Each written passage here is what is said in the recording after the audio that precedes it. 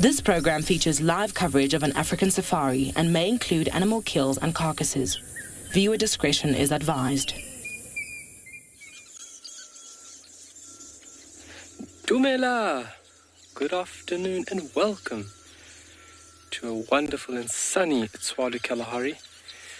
We are just enjoying this lovely scene, only found here within the Northern Cape, within South Africa. So what a beautiful sight we have in front of us. We are going to be enjoying this lovely scene. And this afternoon, I think we're going to be keeping it tight within the first set of dunes and looking for anything and everything. Anything that the Kalahari has to offer, that's what we will be doing. So, welcome on board your very own live safari in the African wild.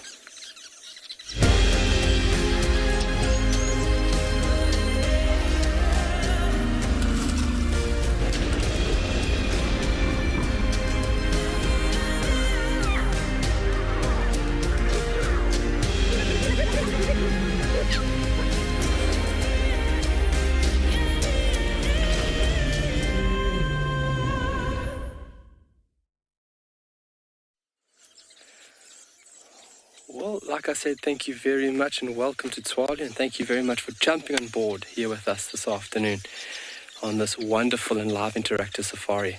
Along with myself and my other colleagues across the country, we are ready to take you on a wonderful journey. So, formalities, good afternoon. My name is Kyle Ansel and my colleague behind camera is Morgan. Can we have a thumbs up there, Morgan? Yes, good afternoon. Thank you very much for joining us. And we are going to be keeping it local this afternoon. We're going to be scratching around for anything and everything in a line with this lovely diversity that we have in front of us. It is a wonderful day. A little bit of cloud cover, but it is fairly warm. So we'll be keeping the vehicle moving, keeping cool. It's only about 29 degrees Celsius. It's about 87, 85 degrees Fahrenheit, if I'm not mistaken. But it feels a lot warmer this afternoon because the humidity would be a lot higher than it would normally be. And so that just gives you a real feel of it being hotter. So while we're on this lovely live and interactive safari, please, if you're under the age of 18, pop us an email. Let us know something. Let us know what you want to know at kidsquestions@wildearth.tv. And then for everybody else, register on that Wild Earth website. Head over to that safari page and then submit your questions there. Anything you would like to know, any comments, any questions, please do not hesitate. These little busybodies doing what they do best.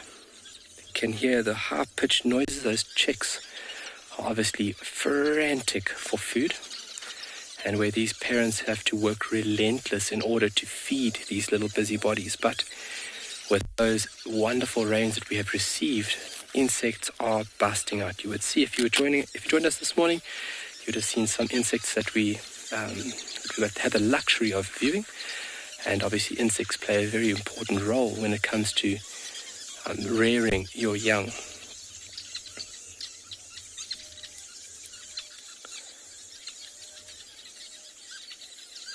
This is the same nest that we viewed the other day, and it's just a large nest and so beautiful to view. But for now, while we enjoy this, let's send you over to the weather clip.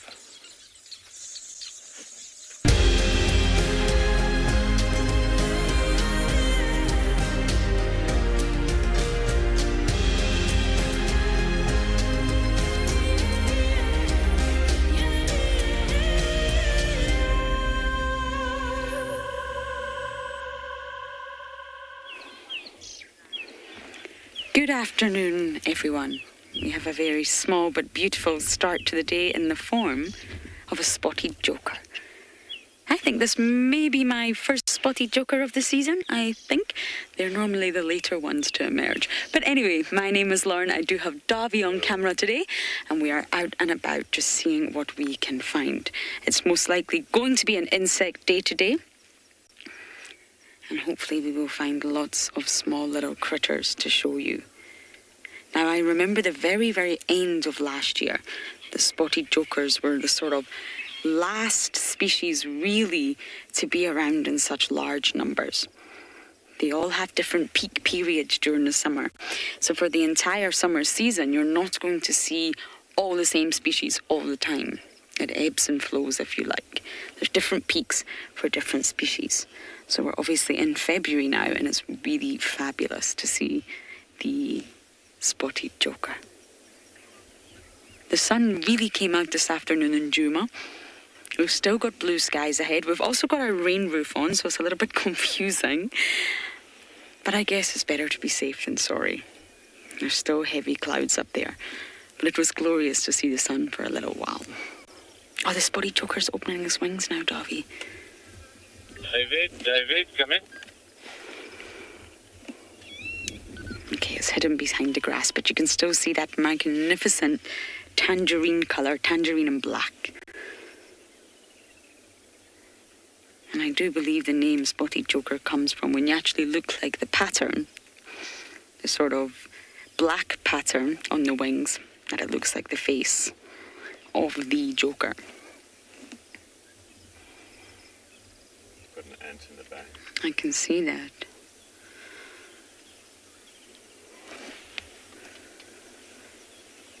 Okay, I don't know if we're going to get better views of this butterfly here, so we're going to continue to bumble on and see what else we can find for today. We'll check the nearby water holes. We can't travel very far, but we will check Twin Dams, Treehouse Dam, and spend time around Quarantine. So on my way to the first dam, and we are going to send you across to Steve, who'd like to say good afternoon.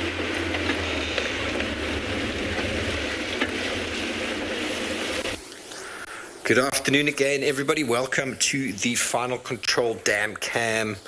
My name is Steve Falconbridge, joined with all of you out there in the wide world with a family of black Smith lapwings. Now, my plans for the afternoon, everybody, is to navigate this dam cam efficiently so as to capture all of the action that plays itself out in and whoa, look at that. Now, if I wasn't framed there, we would have missed that takeoff. Now, what happened? Why did the birds all suddenly bolt? Now, you can often suggest that some bird of prey has probably flown in and around. That is why birds hang out in groups. Not only birds, many other species hang out in groups so that when something threatens, they've got a better chance of detecting it. Now, I have at length spoken about the differences between one bird versus quite a few in studies done with peregrine falcons, which indicate that the higher the number of individuals, the more chance there is of detecting predation before it has an impact on the species. And so if birds hang out in groups, and as we see with impala, they do as well, obviously it doesn't always work, but you've got far better chance of surviving the night if you hang out in a group than if you do on your own. In this case, at the daytime, bearing in mind many of the predators that these birds face are diurnal predators, raptors, birds of prey, and then obviously some small felines and snakes, of course, which could be diurnal and nocturnal.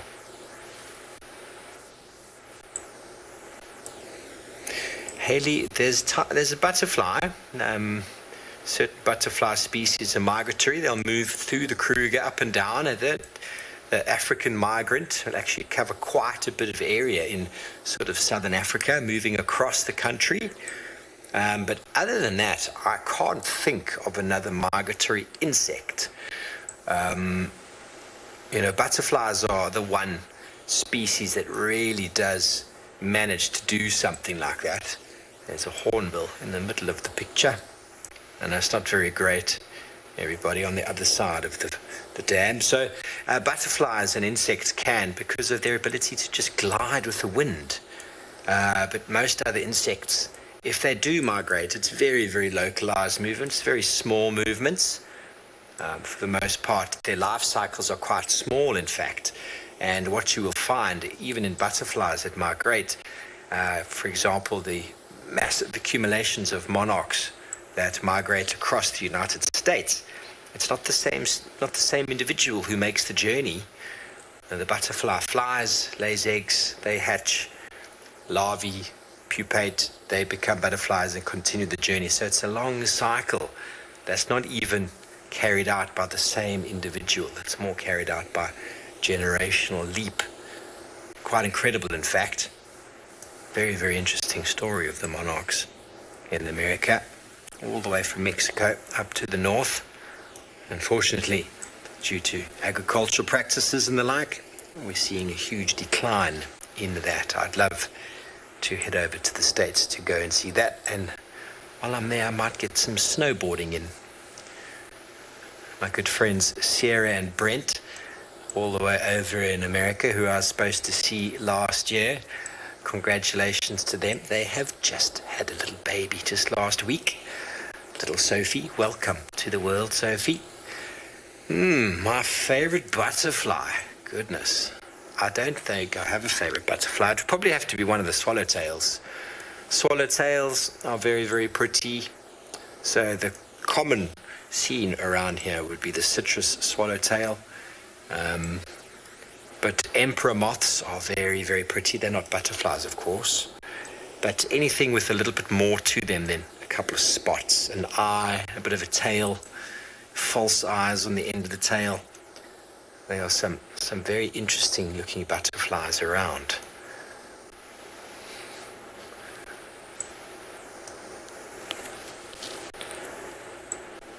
Okay, well, I'm going to see what I can find on the dam cam, but as with this morning, it is looking very, very quiet. But a man who loves his butterflies, we're going to send you over to Tswalu Kalahari with Kyle.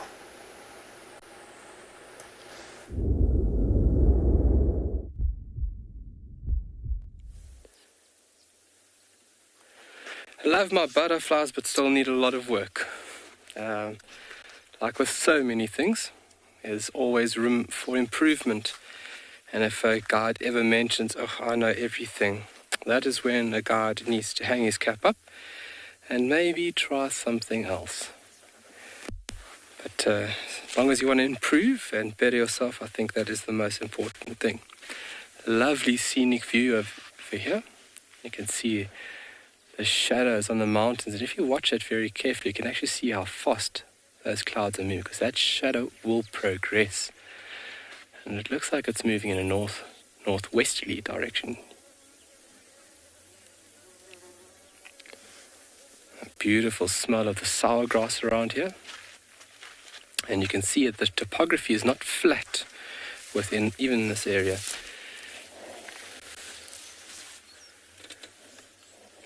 See how it undulates. It kind of dips down in front of us and then it raises up, and then you've got almost like a flat plateau towards the mountain, and then the breathtaking height of those mountains, so to say. So what I'm really hoping for this afternoon, myself and Morgan found one the other day, but unfortunately it was a little too quick. Hopefully we can find a button quail.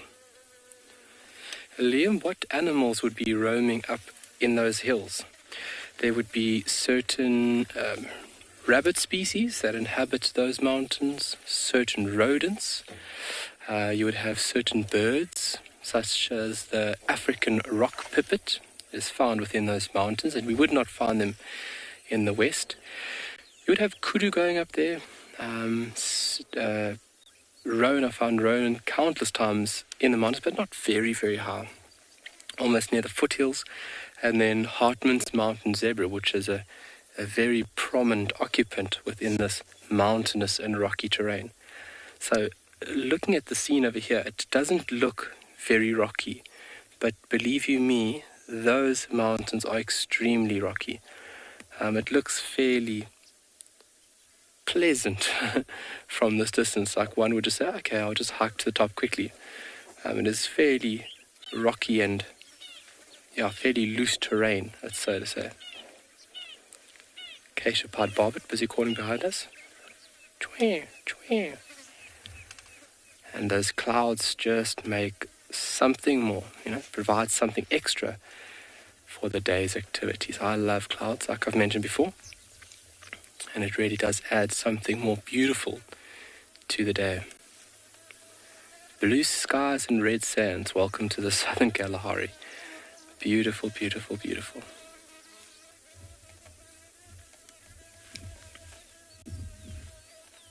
Such a beautiful view. Couldn't agree with you anymore. It's a lovely view. And it's lovely just to stop and appreciate. And with you folks on board, cherry on top of the cake.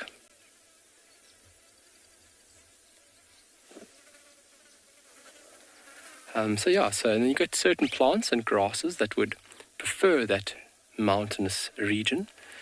So for example, lavender feverberry, that is one small shrub-like tree species that inhabit these mountains. We will not find them in the concrete western sections of Tswalu. So a very important feature, and that feature allows for a new or multiple habitats. So if you look at from the very tippy top of the mountain to the bottom, there's different levels at which different animals would find it more preferable for their occupation.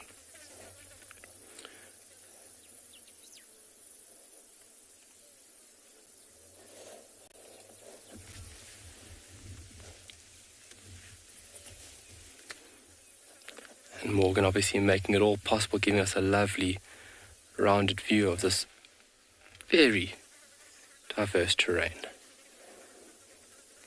So generally where we're sitting at about 1,100 meters above sea level. And then some of the mountains, some of the hills here go up to about 1,400, 1,500. So a really lovely scene.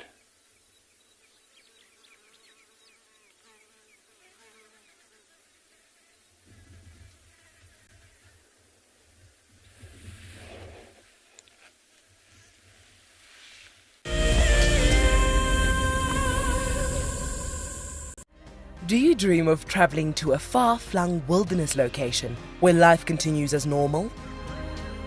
A place where you can escape to nature and breathe. If you become a Wild Earth explorer, then this could soon become a reality. Subscribe today and stand a chance to win regular travel prizes. Wild Earth Explorers, it's in your nature. My name is Taylor McCurdy and I work for Eco Training. I love hearing from all of the viewers. However, I particularly enjoy those of you who have been watching for a few years. Your questions are just so advanced and they really get me thinking.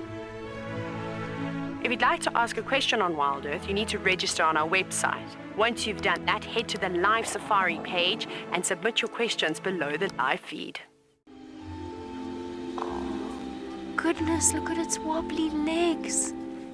Oh, I don't believe it. I can't believe we've actually seen it. Oh my goodness. Oh, careful, careful, careful. Oh no. Oh, it's okay, little one. Okay. Expect the unexpected here on Wild Earth daily. There's a grounding earthiness to this place that we feel in our ancestors. It's a place where, believe it or not, we evolved as a human species, and anyone who's come to Africa will understand that. The connectivity that the continent has to the person and to people's souls is next level. I am thoroughly looking forward to taking you on your next adventure when we explore all the small and big things. Catch up with the guides daily here on Wild Earth. There we go, first sighting of the baby meerkat. Oh my goodness.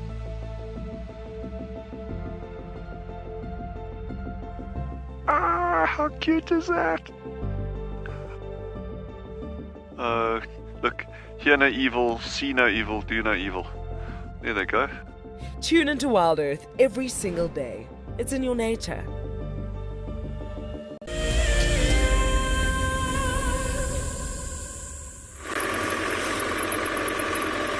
Alrighty, welcome back. And we have set off. We've got the wheels turning. And we have started our search for anything and everything. Oh, what was that? Something moved. Something moved. Let's take a look here. Something moved. Might be an armored ground katydid, but you never know. Might be a new insect. Okay. You want to be sneaky like that? Fine.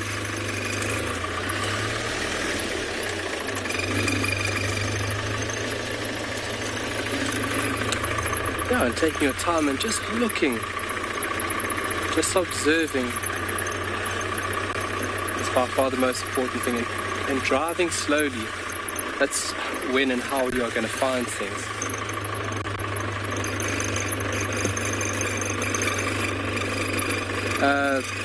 Final control, you're going to have to go with that again.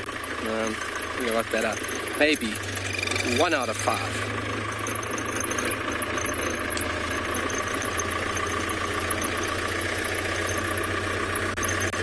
And the area looking very, very pretty with the lights.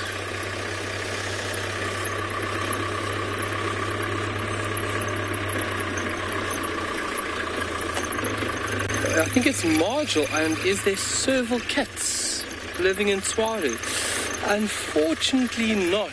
I really wish that lovely and very active cat species was here. Unfortunately, they don't stretch here to the western sections of South Africa. And we have another locust. Oh, where are you? So unfortunately, no serval. Serval is a very well-adapted rodent hunter, the king of rodents, as he's referred to, has very, very high success rate. Oh, now I've lost it. But everything of that cat, its whole morphological structure is so well designed in order to move through grassy areas. So one could look at the grasslands of Tswalu and say, oh, why don't we have them?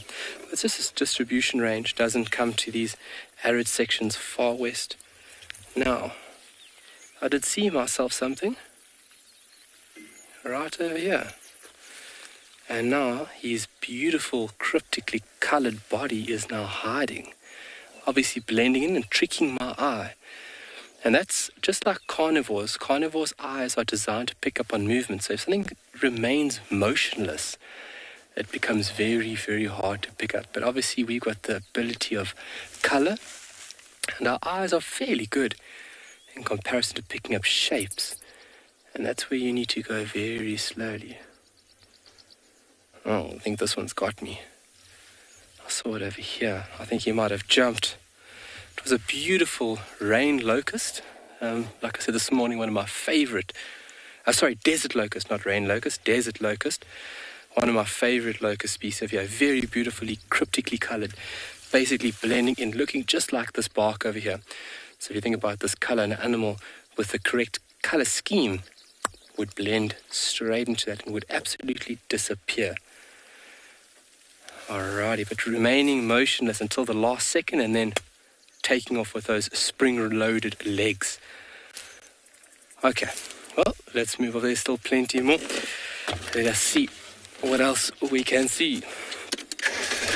Yeah, so serval, very beautiful animal, has long legs, small head, large ears, and a shortish tail in comparison to the rest of the cat. And I mean, I've seen some fantastic footage of that animal hunting. Jumps up, listens very carefully.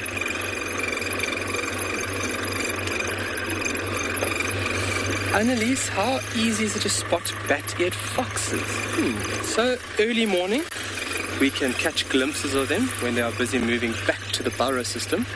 And then if you take a look, if we have nice overcast days, sometimes they tend then to feed a little bit later into the morning. But your best chance in summer now is under the cover of darkness when they are very, very active. It's too hot for them to operate during a gama in the tree. Okay, I've got him. So now in summer, your best chance, you just took a dive. Did you see him jump?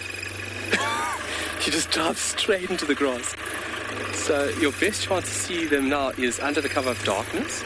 But in winter, we can catch them midday, basking outside the burrow entrance because it's very, very chilly here in winter. And so they would want to utilize those favorable conditions of the sun through midday period. up on the tree there, right on top. And there's also acacia pied bob that's just flown to this tree. This is a beautiful fawn-coloured lark, and you can hear his lovely call. Look at his wings. Oh, very distinctive posture, and look how he's lightly fluttering those wings while singing. Normally young birds do that very vigorous wing beating or light wing flickering when they're begging for food. But with that erect or cocked tail, he might be singing out for a lady. Lovely. Wow, and what a very beautiful... Whoop! Sure, how beautiful is that? There he goes again. Very distinctive calls, jumbled mixed notes. Lovely.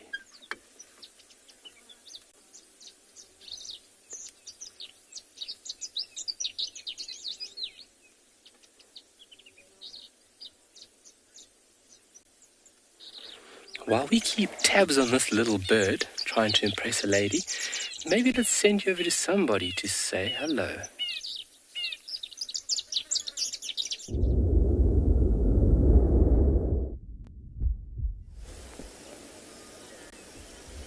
Look who we have here. What a stroke of luck. One of our students was heading down to the HQ and said, Mike, we think we found a lion, but we're not sure. We came to investigate, and sure enough, here we have a lion, a lioness in fact, and we think it might be our lovely lady Lagatha.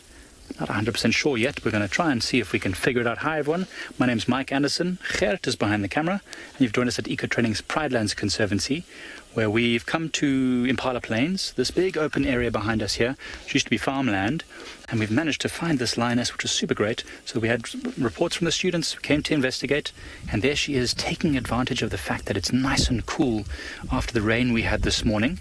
That's the reason why we couldn't come out. It was pouring with rain this morning. She's lying on this lovely, cool red earth.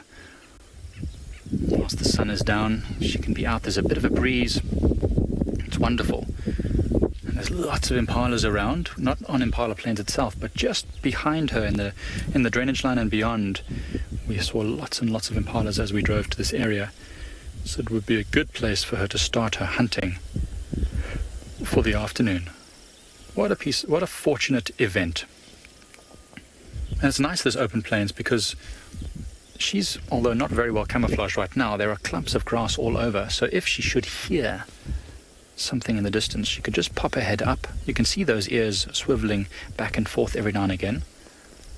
She could easily just pop behind a clump of grass or bushes towards the edge by those trees and make her way towards wherever the impalas are on this plain when they eventually come. Because no doubt the impalas will come eventually to feed and to rest in the late evening. Spectacular. But she is so relaxed now. If it is Lagatha, when I first arrived here, I think it must have been April or May, there is absolutely no way she would have allowed us to be, what are we, 20 meters, if not less, and I reckon we could go much closer as well. It's amazing that she's so relaxed. Fantastic. Well, our lioness doesn't look like she's going to move very far anytime soon, so we're going to stick around with her and see if she does get up and make any decisions. In the meantime, we'll send you over to Dan with a very big elephant.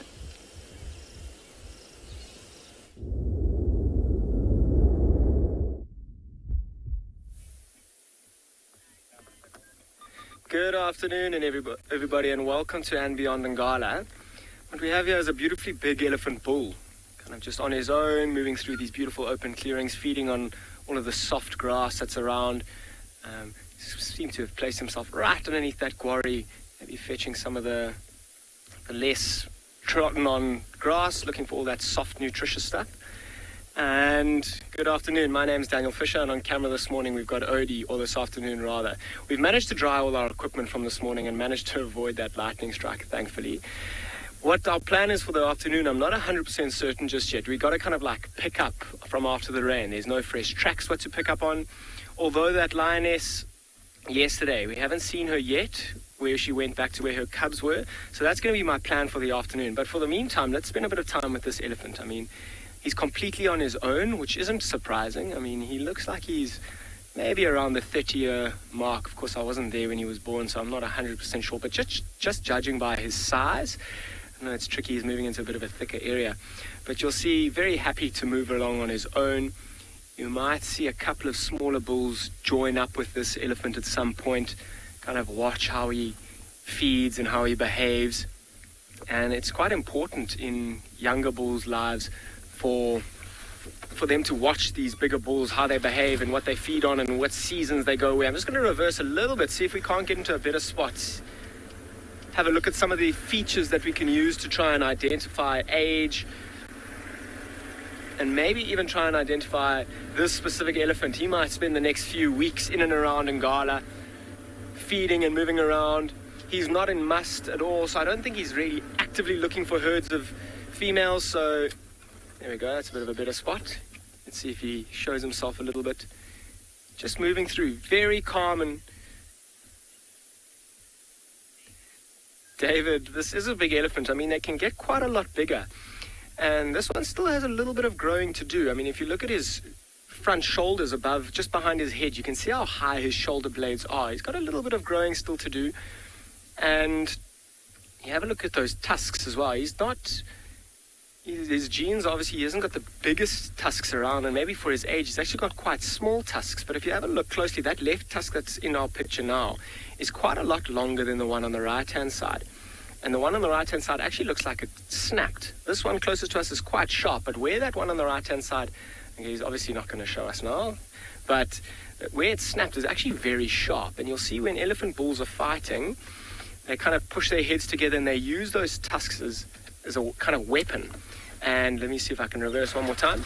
And with that tusk kind of gets pushed into another elephant, it can be quite painful and can actually do some damage. If it punctures the skin and goes into a kind of sensitive area, it can do some permanent damage and actually end up killing other elephants. Sorry, I just reversed into a stump that I didn't see. Let me try and see if we can reposition in a better place. It's quite an open area. It's amazing how the elephant is just moving into a place where we can't see him. Odie, this might be our best shot for now. Oh, not really.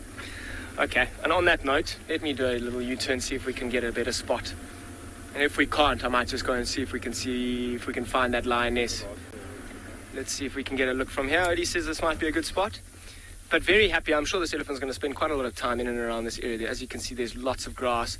There's actually not a lot of trees around here. So the fresh grass is all around. He'll stick around. The river's close by, lots of water.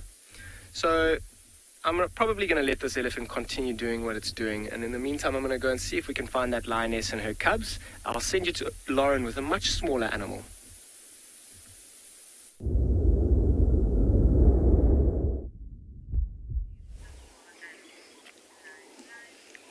Davi and I have struck gold here. Look at this. I think it's a striped skink. It's definitely a skink. I think it's a striped one. And look at it just clinging on, defying gravity here to this dead tree, this dead knobthorn. One of the most remarkable things about the striped skink is that it can, well, self-amputate, I guess. It can cut off its own tail. Now, in biology, you normally refer to the tail or the area of the tail as the caudal fin or the caudal tail. And caudal autonomy is when you self-mutilate and you chop off your own tail. Why on earth would an organism do this? It is the perfect way to escape predators. So Davi just showed you a beautiful view of how long the skink's tail actually is. So it's quite long, which means that there's a lot of length between the actual body and the genitals and the rear end to the tip of the tail. Now that's advantageous. So if this skink is being chased by a predator, it's got a little bit of length, it's got a little bit of leeway, and then straight away what it can do is self-mutilate, cut off that tail. And it's not random. It's not an act of random self-mutilation. It's actually pressure that's applied to the tail from a sort of nerve signal from the brain, and it's cut along a specific plane. It doesn't just sort of chop off at the tip or chop off at the end. There's a specific plane called the abscission plane, and that's exactly where it cuts off, and it will actually regenerate again. Is that not amazing? And I've heard a lot of people ask, is it painful? Well, I'm sure we'd all think it would be painful. Ouch, just chopping off your own tail. But believe it or not, the fracture plane, if you like, the abscission plane, it's severed at the skin, the muscle, the nerves, the blood supply, and the bone all at once. And therefore, because the nerve supply is cut off, I can only hope that the lizard will not feel pain. It's very difficult to determine pain or levels of pain in another organism. But I can only hope, because it happens and it fractures along that plane, it happens immediately, it's done by pressure, and it cuts off that nerve supply. I hope that there's no pain. But I can't obviously answer that correctly. And once the tail drops off, it will continue to wiggle for quite some time, which is rather disturbing to think about, actually coming across a wiggling tail with no body.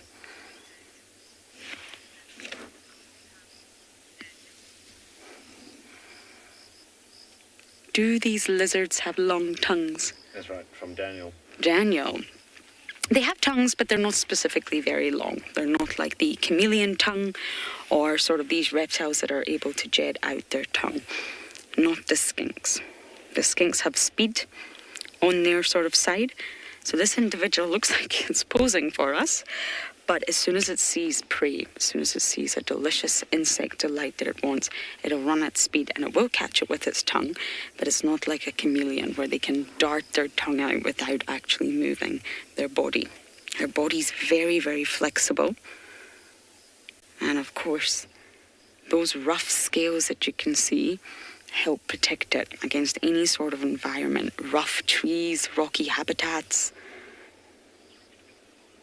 They've also got little scales, you can't see it right now, but they've got little scales on the soles of their feet.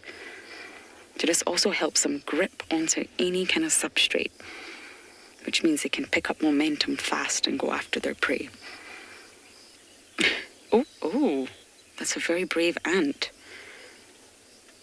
Oh my goodness. Oh.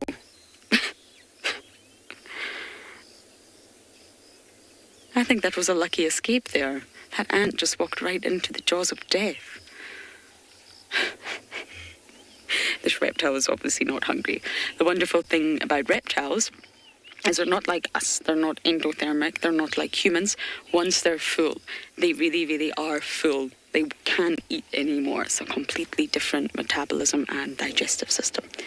So we're going to continue bumbling on, and for now, we're going to send you across to Steve.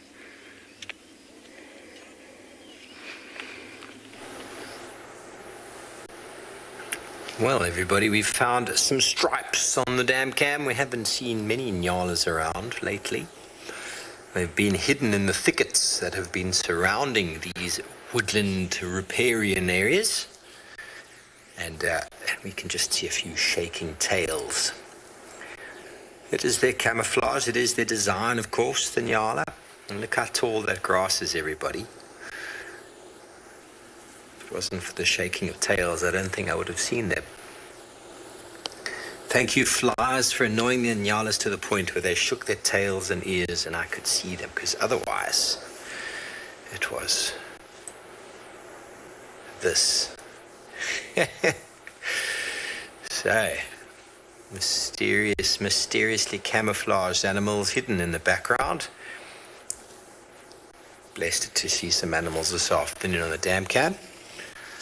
And just like that, the habitat of the Nyala has swallowed them once again whole.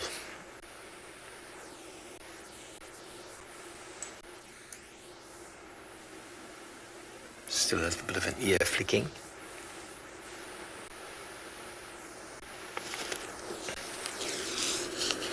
Vola It's possible to get eland through here. I've never seen one. I'm sure historically they have been in the area, but the largest antelope species around here at the moment would be the kudu. But then it's an interesting one because, you can almost link a lot of these animals together. I mean, the eland should have been here. Water and distribution has changed that. Obviously, giraffe is quite similar in a lot of respects, but not regarded as an antelope. Although they are ruminant with cloved, hooved, they are also an ungulate. So if you ask the question, what's the largest ungulate there, I would definitely say giraffe. An ungulate refers to the structure of the foot with regards to their gut as well. So we could always phrase these questions quite differently. But kudu, which is the older cousin, or the bigger cousin of the Nyala. Tragelaphus, meaning the spiraled horned individuals. And the eland itself is also part of that family. Also the spiral horned, although you don't notice the spiral horn as prominently as you do in the kudu. But when you notice the Nyala, the male and female sexual dimorphism is to female has no horns, male has horns, and that is because of this habitat that you find them in, this dense vegetation. It's actually a disadvantage for a female to have horns because she's camouflaged, so why is she going to run? And if she did run, she's going to get caught in the bushes. Same as kudu. Kudu are a little bit more open, but still woodland specialists. And their opportunity was also to stand still from predation and only run when spooked. So the males have to really try hard to keep those horns out the way when they run. And then you get the eland, which obviously both male and females have horns, and their habitat type is much more open. They travel vast distances to water, and so their defense mechanism for their youngsters, of course, is to run, but also they will defend themselves as well as their youngsters against predation, both male and female, with those horns. So a very good indication of an animal's preferred habitat is by looking at the way that their body is designed. Obviously, the savanna buffalo has evolved they move quite well through these woodland areas, but they do very well in open grasslands like the Masai Mara, where there's far more open area, but they've evolved quite nicely in the dense vegetation that we find ourselves here, and that is due to their dependency on water. Okay, well, we're looking at some very green vegetation and some very dead trees, which is rather exciting. So I'll just pan out slightly so you can zoom out. Excuse me, Dave always gets annoyed with my use of my camera etiquette. It's obviously I'm not a cameraman.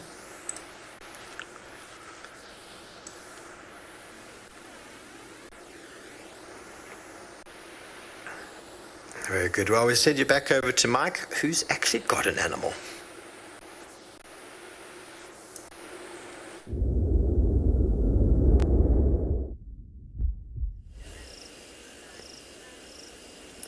Well, we certainly do have an animal. As you can see, this lioness did move slightly from the open plain, and she's now sitting on a little termite mound, also not so far, probably about 20 meters from the open clearing.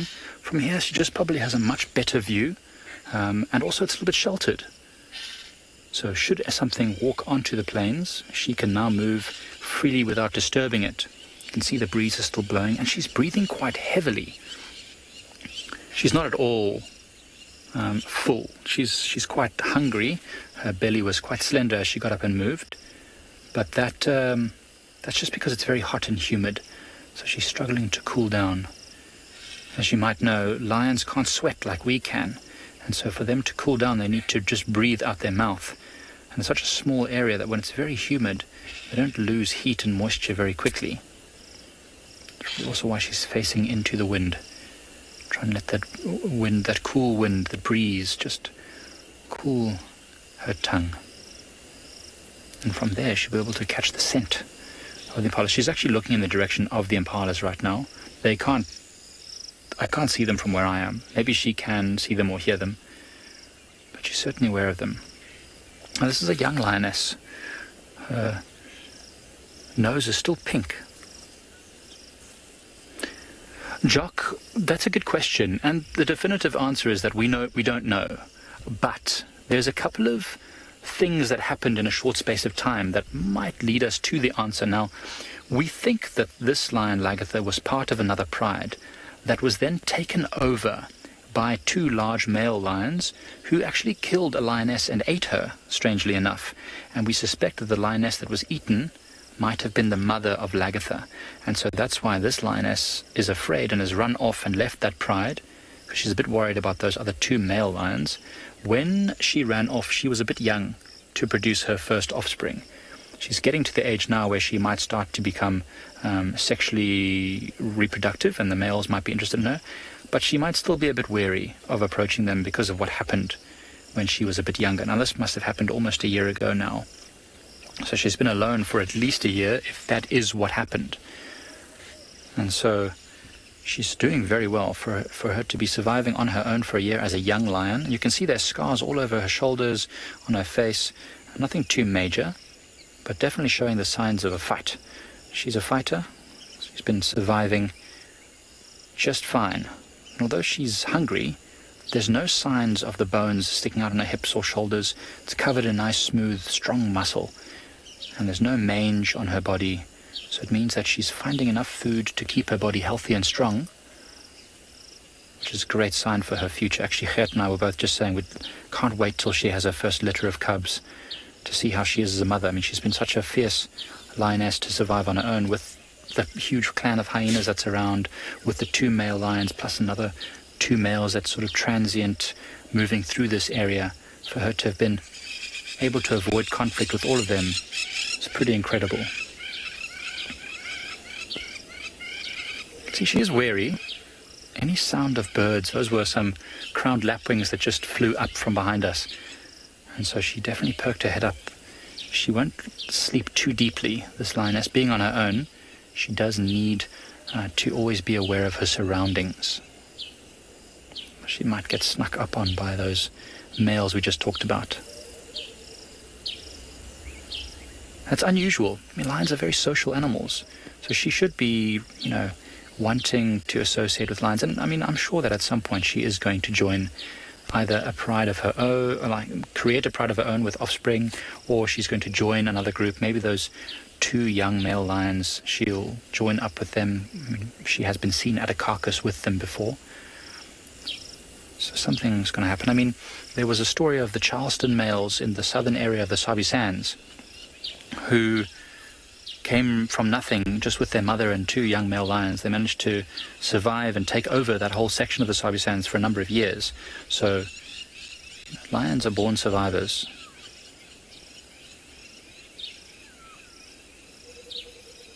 It's been spectacular to watch her rising to the occasion. Stuck in bed, totally agreed, and that's why the landowner decided to name her Lagatha, because she really has that fighting spirit. All on her own, conquering this area, carving out her own little niche, avoiding conflicts where she knows she can't, win, and, chasing off any hyenas or whatever else might try and steal her carcasses. She's been battling her way through. I mean, we saw her 2 nights ago, I think it was, not last night, but the night before, just walking along. Or was it last night? It was the night before, yeah. It was definitely the night before. We saw her walking down the road towards this area, and we both just sort of fist pumped, Gert and I, saying, yes, Lagatha's back, because we hadn't seen her for a while. She sort of goes off the radar as she does her thing, and I mean, she's definitely hunting and catching things and eating them in drainage lines and hiding them. Especially during this raining period we're having, we can't find her tracks because it just rains on top of them. It's also great for her. It means animals can't smell where she's walking, and lions can't follow her, hyenas can't follow her. She's really making the most of it. But then sometimes she also does strange things. The other day we watched this lioness running up and down in impala clearings, where we are right now, chasing after one massive herd of impala, of about 100 impala, back and forth and left and right, and really barely concealing herself. It almost looked like she was just being playful. And I wondered if maybe because she's alone, she doesn't have that social interaction that she would have normally with siblings or with other lions, so she makes do by playing. Oh, she's going to move off now. I wonder, she's been scratching at this termite mound. I wonder if there's not a warthog in that termite mound that she's trying to get at. She's been scratching at the left side and now she's scratching at the right side. Oh, looking back at us. Yes, we are watching. We are wondering what you're doing.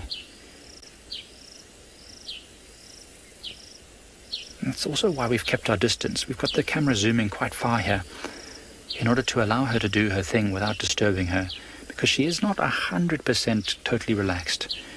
We couldn't go and park, 2 meters away from her like you can with other lions. But we're going to stick around here and see what she gets up to.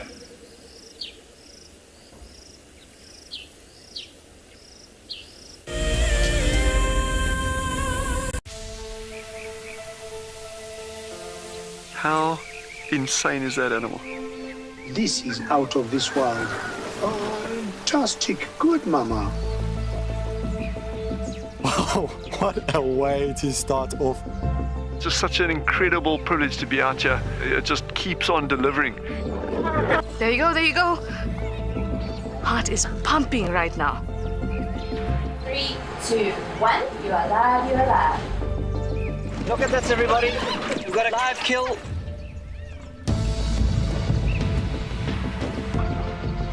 The croc's holding the tail. It's holding tight. Lucky wildebeest. There's nowhere to go. This is a disaster in the making.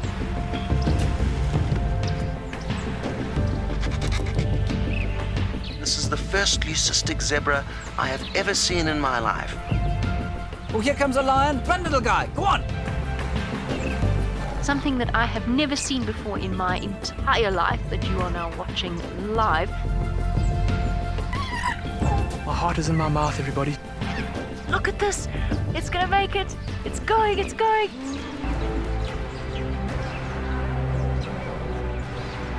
This is just too magical. Hi, little guys. That's great, isn't it?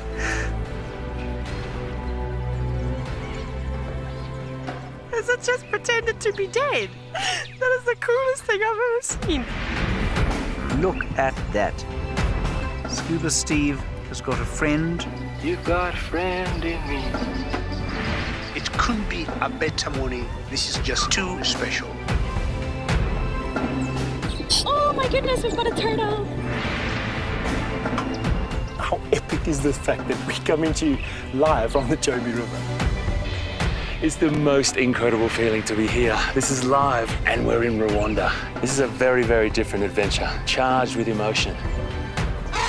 Look at that little zebra about to be born. There's the head. Oh, you clever mare. Well done. I did not think I would ever face my fears like this.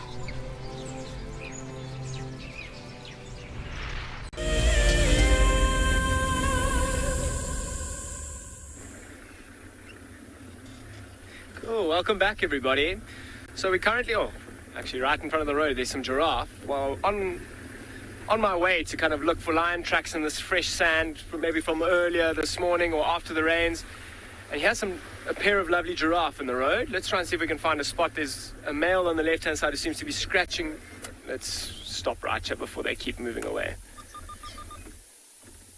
Looks like the one on the right looks like it's a younger male than the one on the left, scratching its neck on that reasonably tall and quite skinny marula tree. I mean, we take having hands and arms for granted sometimes. I mean, if you've got an itch on your neck, you need to try and get it. And I mean, he's now moved trees to a more thorny tree. Let's see if I can't move a little bit closer to show you. But that was a strike of luck. I mean, we've only... Oh, there's one looking right at us. Let's try, have a look there. The younger male has kind of moved into the same tree that the bigger one is scratching on and now feeding on it. Let's have a look.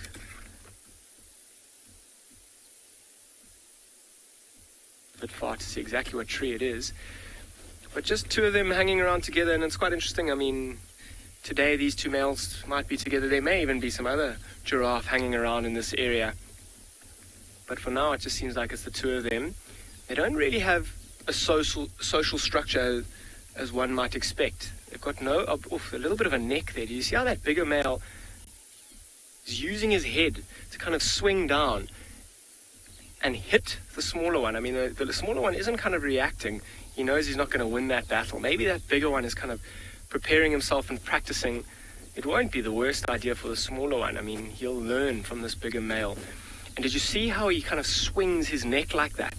They can get incredible momentum in that swing when they're fighting. And when they are fighting, they'll kind of stand head to head, like facing each other, and they'll swing. They'll kind of take turns in swinging their neck like that. And those big horns or ossicones on the top of their head, you can see that male, as he turns around, they're quite bald at the top and very thick. That's solid bone. And when that hits you, particularly with the force of a huge male giraffe, you're going to know all about it. And you'll see not often, but sometimes, male giraffe can even fight to the death. A good blow or a good few blows to the back or the top of a back leg.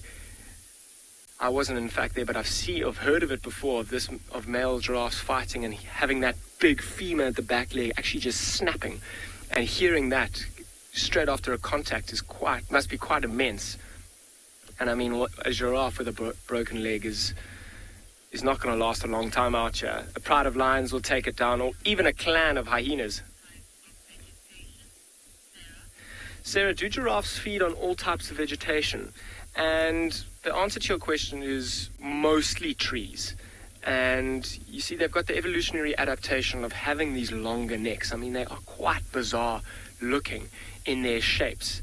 I mean, there's not very many other animals with quite the body shape like that, with such a long neck.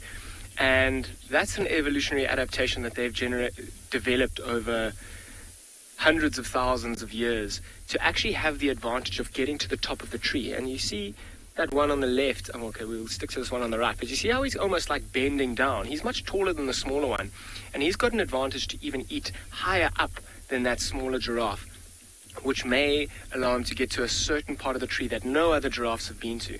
It doesn't limit the smaller ones will be limited, but it gives them a more exclusive feeding range, whether it be right at the top of the tree. Elephants might be able to feed on the same kind of level, but elephants, even if they don't want to get there, they often just push a tree over to get to smaller parts.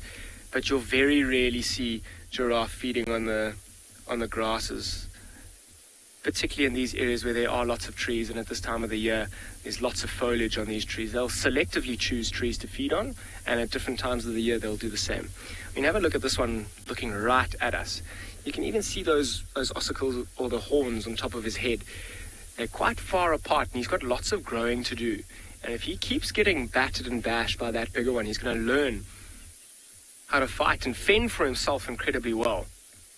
And you see how even when he walks, you see how those ears are facing right back at us. I mean, an evolutionary adaptation of... Let me move a bit forward here so we can have another look at them.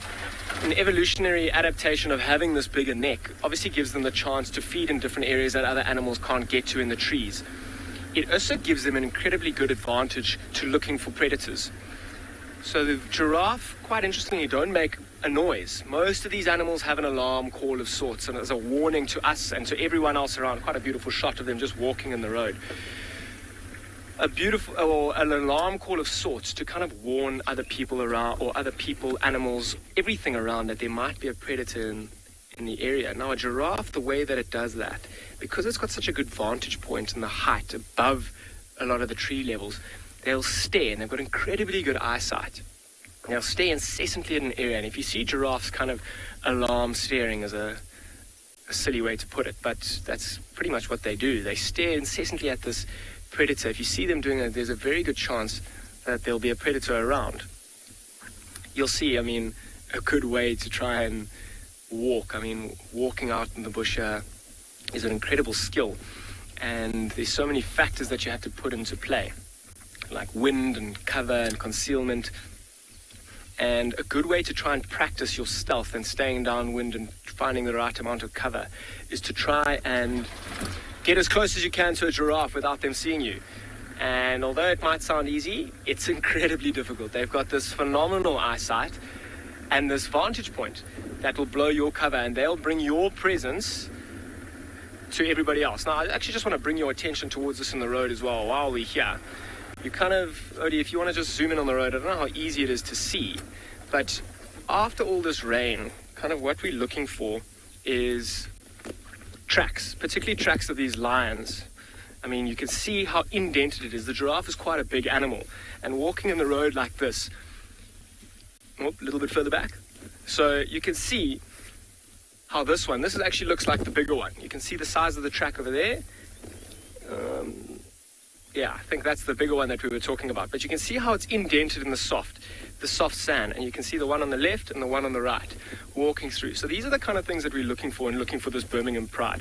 Particularly in the softer sand after the rain, it gives us a great opportunity to find tracks. Obviously, the rain was only a few hours ago, which makes it a little bit more tricky for us because it's only giving us a window of when did the rain stop? Maybe 4 hours ago. And lions aren't too active during the day. However, if they are, we will find those tracks, and there's a very good chance that we'll actually end up finding the lions. I'm also on my way towards the last position of that lioness and her cubs. It will be fascinating to see if she isn't lying somewhere maybe in the riverbed. The reason I'm saying that is after all this rain, there's a lot of moisture and water in the grass and in the trees, and that can be quite uncomfortable, particularly with the length of the grass at the moment. There's no, just picture, it's not that comfortable to lie in wet, long grass. So yeah, I'm sure if she is around, she may in fact be lying in the river somewhere. But in the meantime, I'm going to send you to someone else with another lioness while I continue to look for mine.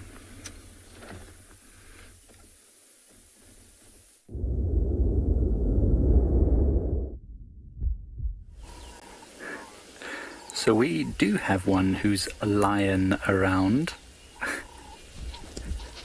In this clip. I'm sorry. Dan was setting me up for that. I could feel it in the air.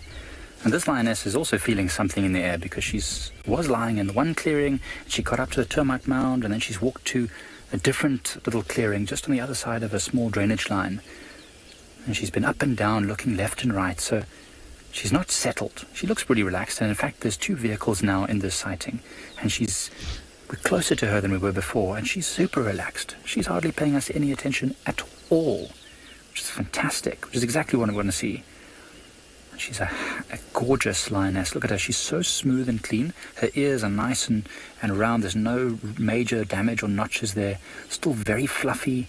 Her face has no scars on it, so she definitely looks like a very young lioness. And so the more we look at her, the more we confirm in our heads that this is definitely Lagatha. You can see there's a big tick on her right ear, right on the edge, which is bothering her a bit. And she keeps looking there, where she's looking right now. I wonder if there's not something moving amongst the trees just behind us.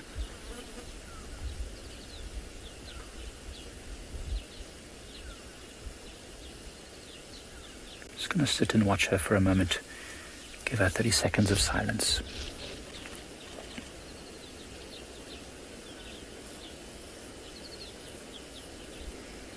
Ian, that is a good question, and I'm not sure what you mean by half yawning. I mean, I suppose a half yawn? I mean, I know why lions yawn. Well, I suspect I know why lions yawn, is that they need to pump oxygen in their body after a long period of inactivity. And so they yawn to get extra oxygen, to activate their brain functions, to activate their muscles, to get everything working again.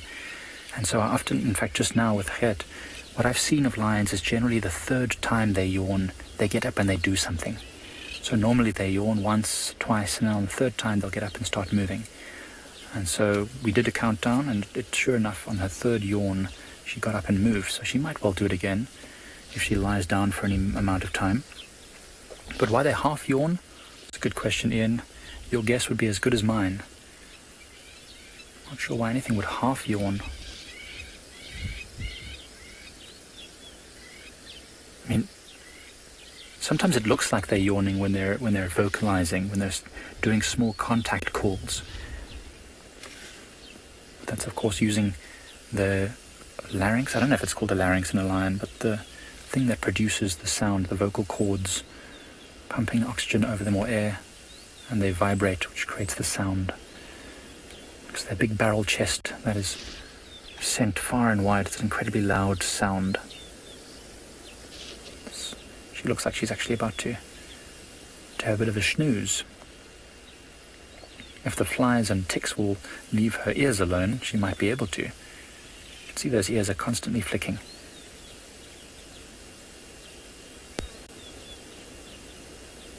See that? She's trying to catch them. Every now and again you'll see she moves her head around, trying to snap up a fly.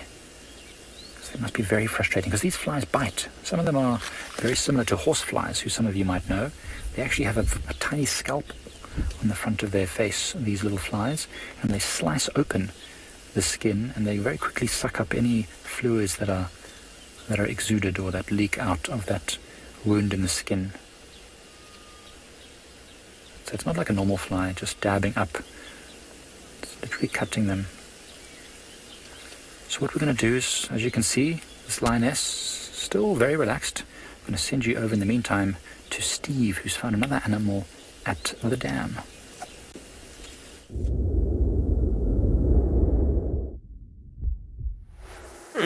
Thank you, Mike. We have indeed found a young male Nyala. And he's very interested in something that's going on over towards the left. He came walking down towards the water's edge for a drink.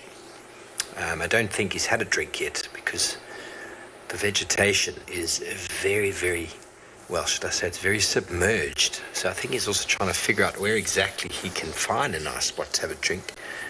But something's got his attention. This is a time when these animals are in serious risk of predation. As you can see around, look at all that vegetation around there.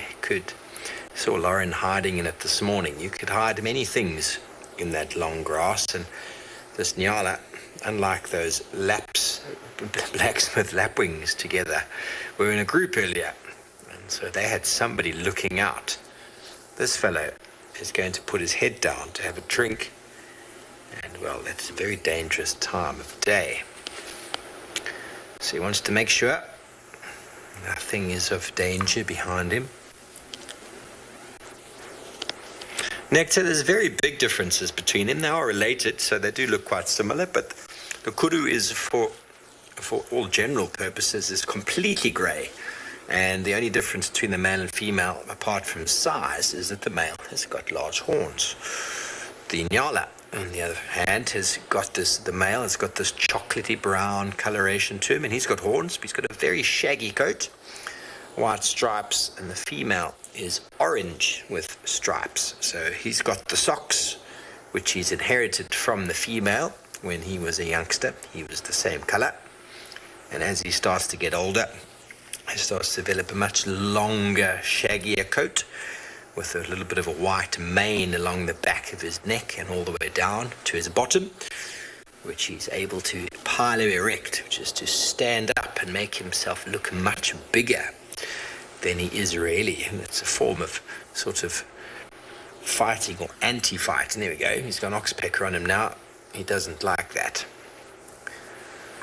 So they are very similarly, well, designed, the way they move, the way they feed. But the coloration is very, very different. Nyalas have got a similar sort of coloration to an impala, the female, except she's got the stripes, and the impalas do not have the stripes.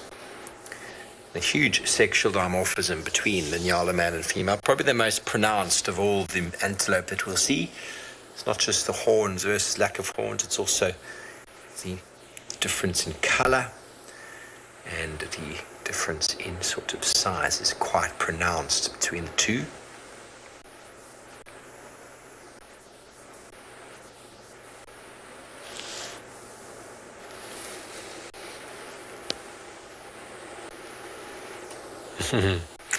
Rosalind, it's very hard to say. I don't know if someone sits and watches and counts how many visit, but in the winter months we get far more visiting watering holes than at the moment. At the moment there's water everywhere, everywhere there is water, so there's no need to visit the watering holes at the moment.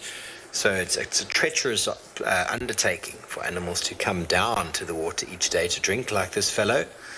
As you'll know, almost 2 weeks ago, Tristan was checking out the dam, this one just the other day, and the Talamati Pride killed 3 wildebeest that ventured down, and it was a very unlucky day for them. Very, very unlucky day. And so animals will venture to drink water due to the need to drink. Looks like a bushbuck. I cannot believe I thought that was a Nyala, everybody. Now that we look at the spots, can you see the spots on the backside there?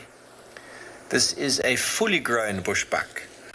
Unless I am completely confused, it looks like a bushbuck, but it is one for the panel of judges. Now that he's turned, I don't recall seeing a Nyala with so many spots on the hind quarters. Can you see that? But then I've never seen a bushbuck of such coloration. Wow. He's in that in-between stage, everybody.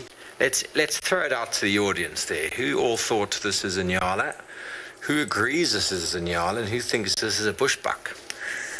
I still feel very strongly that it is a Nyala, but those spots on the bottom there and the horns where they are at the stage, very, very interesting. Very interesting. Send through your answers. Nyala, bushbuck. Hardly, not all of them, no, some of them are actually very deep at the moment and the hippos can't swim. But hippos are pretty much all over the place at the moment due to the abundance of water. So even small puddles and pans on the side of the road will have hippos in them. So just like animals coming to drink or not coming to drink, hippos are all over the place. They don't need to venture very far. There's abundance of food. And it's not guaranteed to find the same hippos in the same watering holes either. Goodness, I'm confused. I'm having a moment to everybody where the coloration is very much Nyala, but the shape of the horns and the spots is a bushbuck.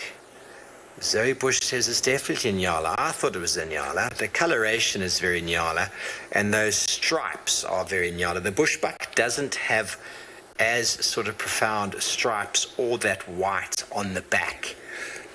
The yellow socks also aren't as pronounced in a bushbuck. They don't really have the same contrasting color that you see in the Nyala with his orange socks and the chocolatey body.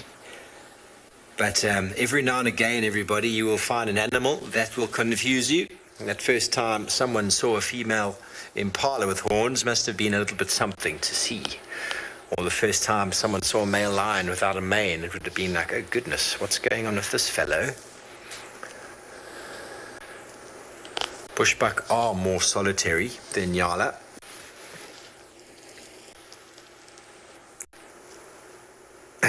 Vicky, he's a Nyala with a bit of a tattoo. It could be. It could be.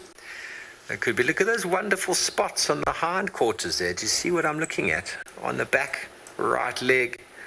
It's a very bushbucky pattern. Very bushbucky pattern. Maybe, you know, it is possible. Nyala and bushbuck are able to hybridize, everybody. They do share a niche. They do share a habitat. And the Nyala actually physically outcompetes the bushbuck. We've seen a huge decline in bushbuck numbers in these areas over the years. And historically, everybody, whether you knew it or not, the Nyala did not occur in the Kruger National Park.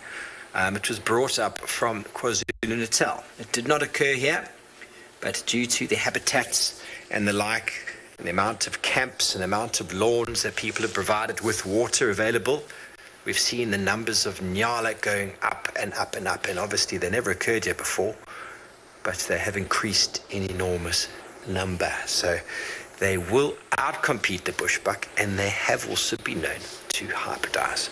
Okay, very good. Well, an animal, probably the only animal that would be able to take this fellow down, is a lone lioness.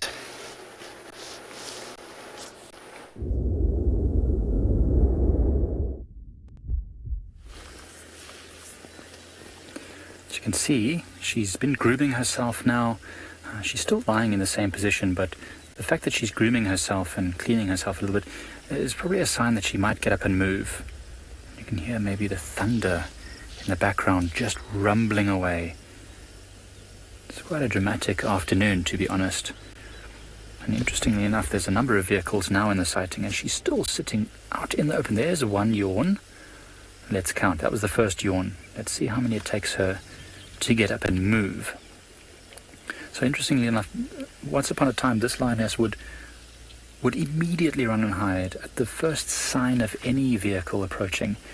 Then she would tolerate one at a distance, then two, then she'd be allowed to get a bit closer. Now, there's a full sighting here, and she is seeming as relaxed as anything. No problems at all. She's watching them every now and again, but generally pretty relaxed. See, a lion that was afraid or nervous wouldn't be lying on her side like this, grooming herself. And now at this angle, you can actually see a damage on her right leg, on the inside of her right back leg. There's two what look like bite marks. Definitely looks like bite marks, maybe from another lion in a fight of some sort. So that could be a way to identify this lion in future if we ever do see it walking. Not that it was limping at all. And then there's 3 little spots on the right shoulder as well, also scratch or bite wounds from a previous encounter. Now look, you can see though she's lying down. You can see that ear is every now and again moving back and forth, listening to whatever might be around. Mario, the white beneath this lion's eye. Now, you know, there are a number of theories, and one of the theories that I think could make a lot of sense is that the paleness under the eye helps to reflect starlight. Because remember, lions hunt mostly at night. And so that white under the eyes might help reflect star and moonlight into its eye and brighten the image a little bit. Now, I don't know if that's exactly right, but certainly we see animals that hunt more diurnally tend to have dark patches under their eyes, which helps the glare from the sun not to blind them. As you can see, my head's in a bit in the way. So you can see she's walking across this old farmland field, not very far at all from what we call the HQ, which is actually where we park our vehicle during the night. So you're going to see she's going to walk directly between us and the landowner's vehicles, as well as the other safari vehicles. So that's pretty amazing that although she's in the past been so afraid, now she's super, super relaxed. Fantastic. I can't film right now because she's actually directly behind a lot of the other vehicles. But as soon as we can, we'll move the vehicle and get another view. Right. In the meantime, I'll send you off to another live location.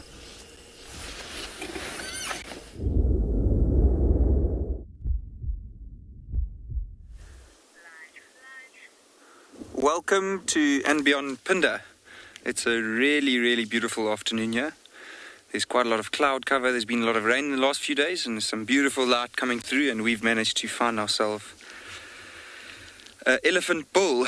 He's on his own today, and you can see him just flapping his ears, and he seems to be eating the nice green grass that's come through after the rain.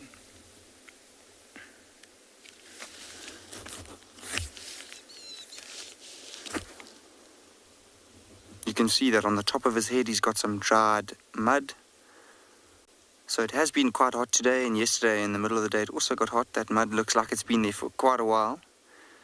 And I'm sure most of you know by now that elephants spend a lot of their time wallowing in water and covering themselves in mud.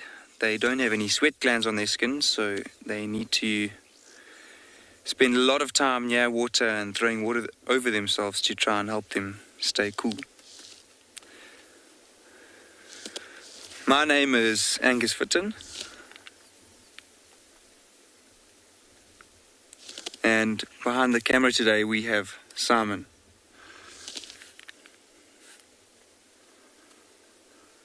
You can see as this elephant is going, it's moving quite a lot and flapping its ears quite a lot too. Well, not moving quite a lot, I mean he's quite still actually. And he seems only to be feeding on grass. which is what they usually do in these summer months. And then in winter they'll usually try and browse fruits and leaves and roots off of trees. The reason why he'd be flapping his ears is to try and cool himself down. He's got very thin skin behind his ears, and that helps him stay cool. I mentioned how he spends a lot of time in water, and on these hotter afternoons, it's something that will be quite important to them as they feed out in the sun like this.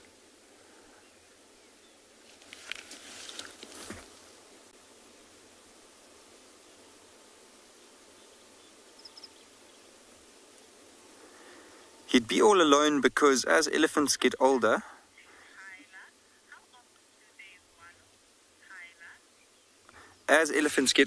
they tend to leave the herd, and then they spend most of their life on their own unless they are trying to follow the herd and looking for a female and estrus. Kyla has asked how often elephants wallow, so they'll usually try and wallow every day if they can.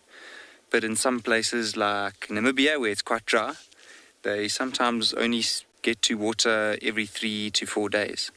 So they wallow as much as they can, at least once or twice a day in these wet areas like Pinda, but it does depend on where they are.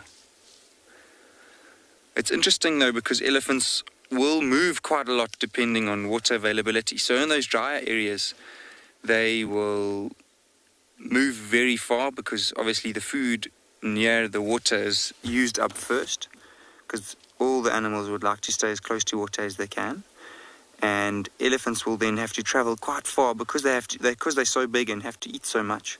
They'll have to travel very, very far, long distances to get new food sources. And that would be the reason why in those drier places I mentioned, Namibia, that they would go for 3 to 4 days without any water, or without wallowing in water.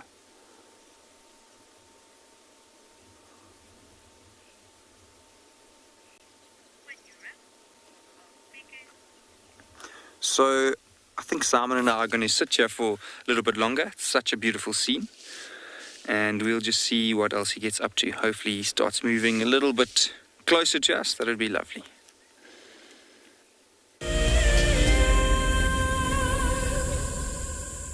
If you love to watch Wild Earth, then we are inviting you to join our Explorers program. For a monthly subscription, you will have the opportunity to win fantastic Wild Earth expeditions, join our guides for a chat around the fire, receive weekly highlights from our shows, and much more. All the money will go to keeping these live safaris on air, which in turn allows us to escape into nature every single day. My name is Lauren, and I'm currently working in Djuma Private Game Reserve here in South Africa. I love answering your questions during the live safaris. It's my favorite part. It feels like you're on the vehicle with me, and I'm able to teach you exactly what you want to know. If you want to ask a question on Wild Earth, then you need to register on our website. Once registered, you must go to the live safari page and ask your question below the live feed.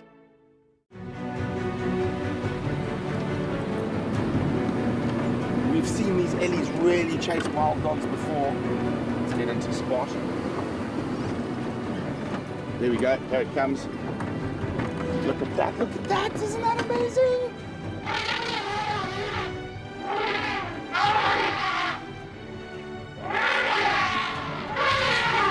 Expect the unexpected here on Wild Earth daily.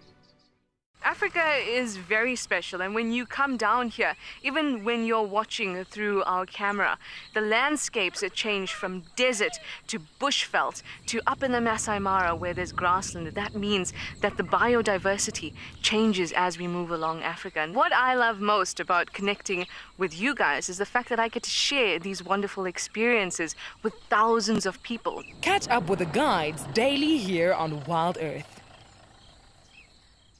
So there we go, look. All three in one frame. Look at that, isn't that cool? Oh, that is so special. That is exactly what we had been hoping for. is all three of them to come together and make the perfect little family portrait. Tune into Wild Earth every single day. It's in your nature.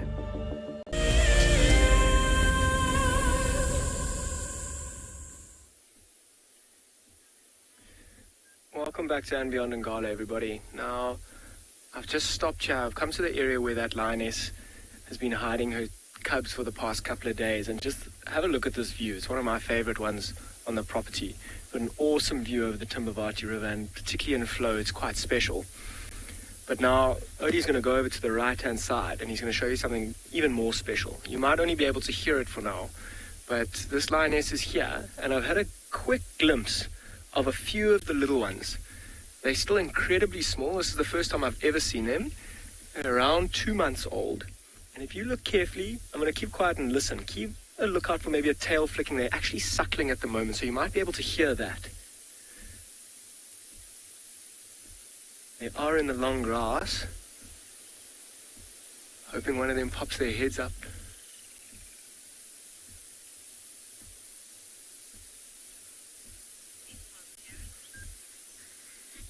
So I know you guys can't hear it. They're suckling and they're kind of pushing and shoving each other very quietly.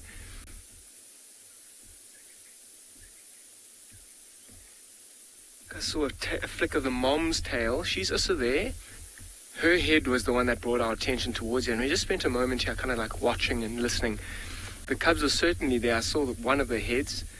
You just need them to pop their heads up. I mean, when mom's lying down and suckling. And we saw her yesterday with a very full belly. So she's got no real need to feed right now. Her main priority is actually feeding her little ones. And that's exactly what she's doing in the long grass. Let me keep quiet again, see if we can hear them. Oh, I got a Crested Franklin's interrupting.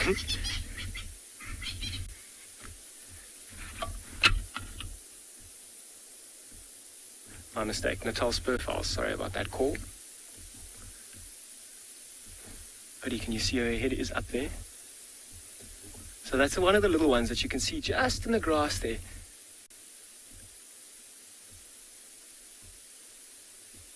And you see how its head just pops up every now and then straight back down.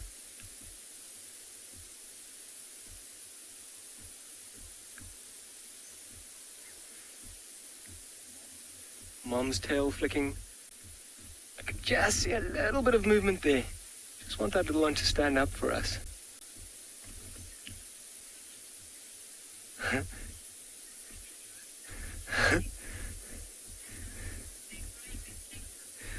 So I'm going to spend a bit more time here, see if these little ones don't show themselves. The long grass isn't in our favor. However, it is in their favor. This long grass will keep them concealed from all sorts of predators. I mean, at this age, even a bird can be a predator towards these little cubs. But in the meantime, I'm going to send you over to Pinda while I wait with their elephants.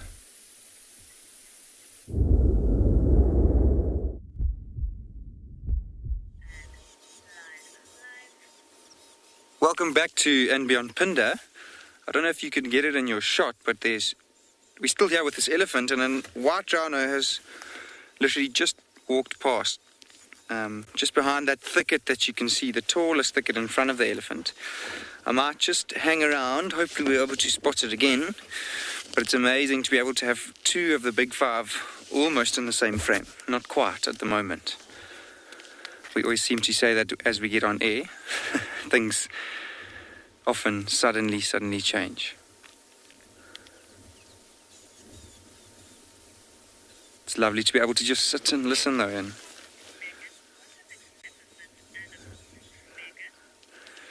Megan, you're right, he is a magnificent animal. He's even got some beautiful tusks that we can see. Couldn't really see them earlier. And you can note, I hope you can see that on the edge of his tusks, you'll see they're a little bit cleaner than the rest. So that'll just be from rubbing. They obviously use the edge of their tusks, or the tip of it, a bit more than the entire tusk, because they'll wedge it between trees and the tree's bark, and they'll use that to try and strip the bark off of trees. I did mention earlier that they do mainly eat grass at this time of year, but obviously, if there is a chance to have a good feast on some bark of a tree that they really, really enjoy feeding on, they won't miss it. They're really big animals and they have to spend up to 75% of their time eating. So a good meal will never be passed over. Well, actually, as I say that, it looks like he's just throwing this grass on himself rather than actually eating it.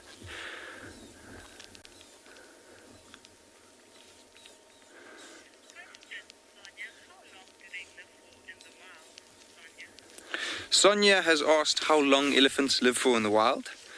So usually elephants will live to about 60 years old, but there are reports of them living longer than that. So there are reports of them in zoos living up to 80.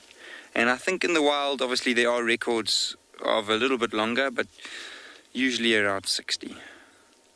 Females have been recorded to give birth up to the age of 55 years old, which is quite remarkable, considering that their lifespan is not much older than that.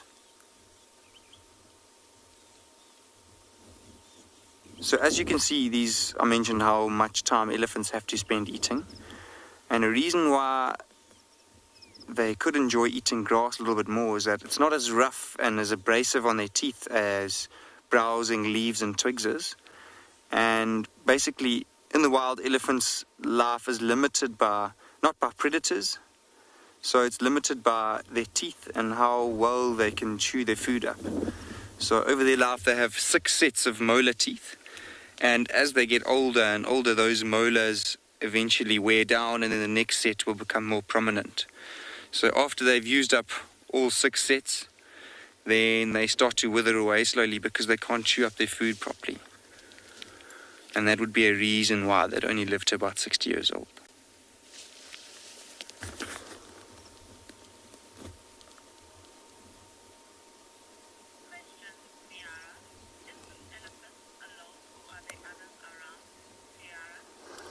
Ciara's asked if this elephant's alone. So I mentioned earlier that this one is by himself. And the reason is that it looks like a male to me, and male elephants are often on their own when they get to a little bit older. Then when they get to about 25 years old, they'll spend most of their lives alone, and then they'll go trailing then they'll go off on their own and feed by themselves. So I've just spotted, I mentioned the white rhino probably a few minutes ago, and we've just got a little bit of a view of it. It's just started moving again, Simon.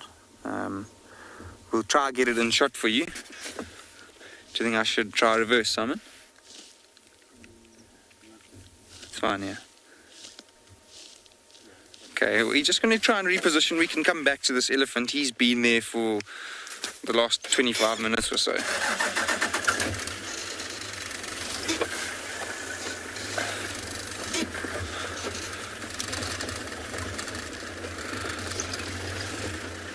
It is only probably 50 meters away from that elephant, and they actually have been, in the wild, there have been reports of elephants chasing rhino away from watering holes.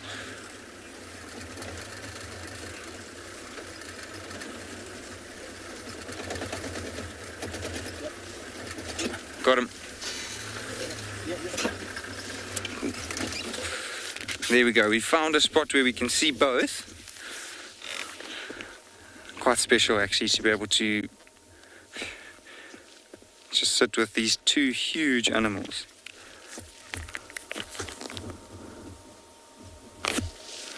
Look at all those flies on the rhino's back.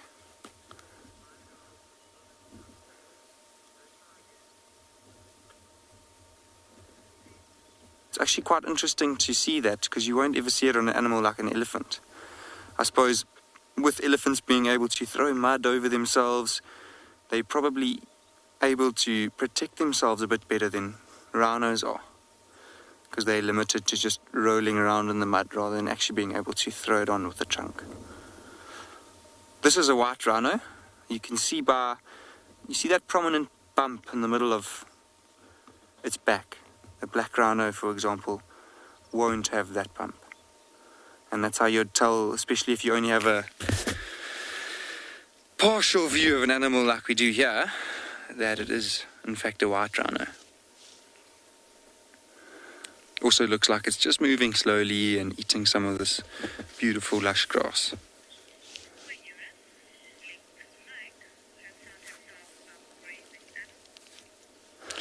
So from these two animals here that are grazing, we're going to head off to Mike, who's found some others.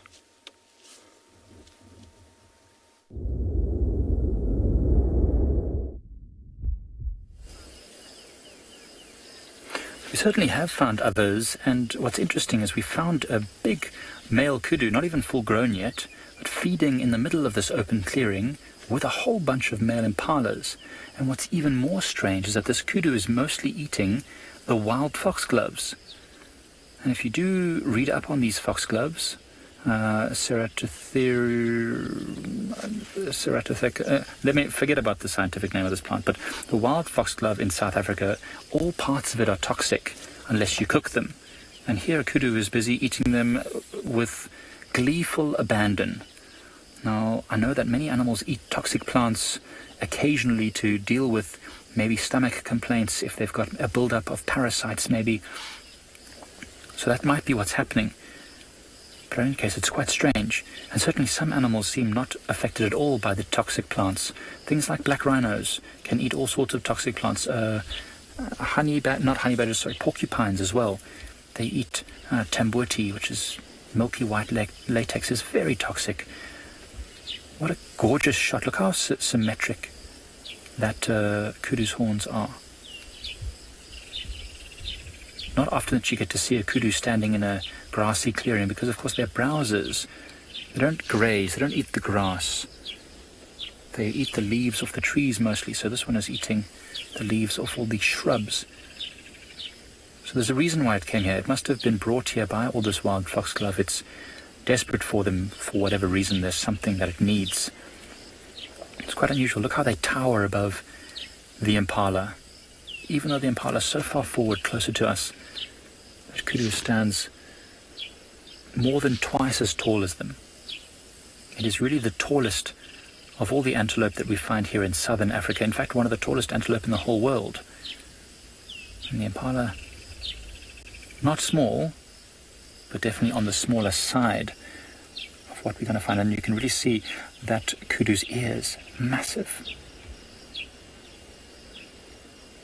Lola, definitely not. It's really not usual, especially here at Pride Lands, where we don't have a whole lot of open clearings. We've only really got this one and zebra clearings close to the camp.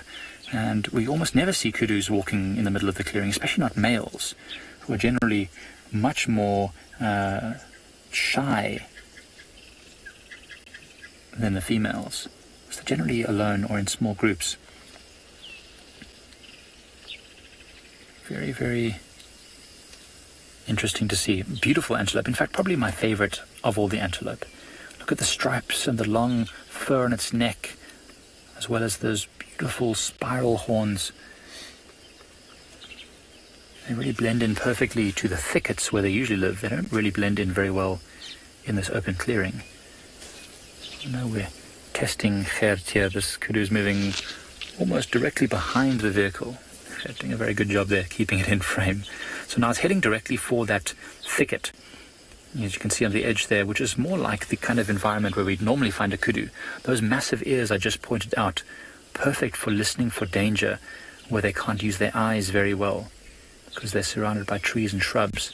Now that lioness, who's not far, she's probably 400 meters away right now. I don't know if she's aware of this kudu at all, but if she was, and this kudu's heading to the thickets, it would be the perfect opportunity to hunt, because the wind is blowing straight from the thickets to this kudu. So actually that wouldn't be great if I think about it. It means that he would smell. But anyway, wonderful opportunities all around here at the moment. But anyway, in the meantime, we'll send you off to some other beautiful animals.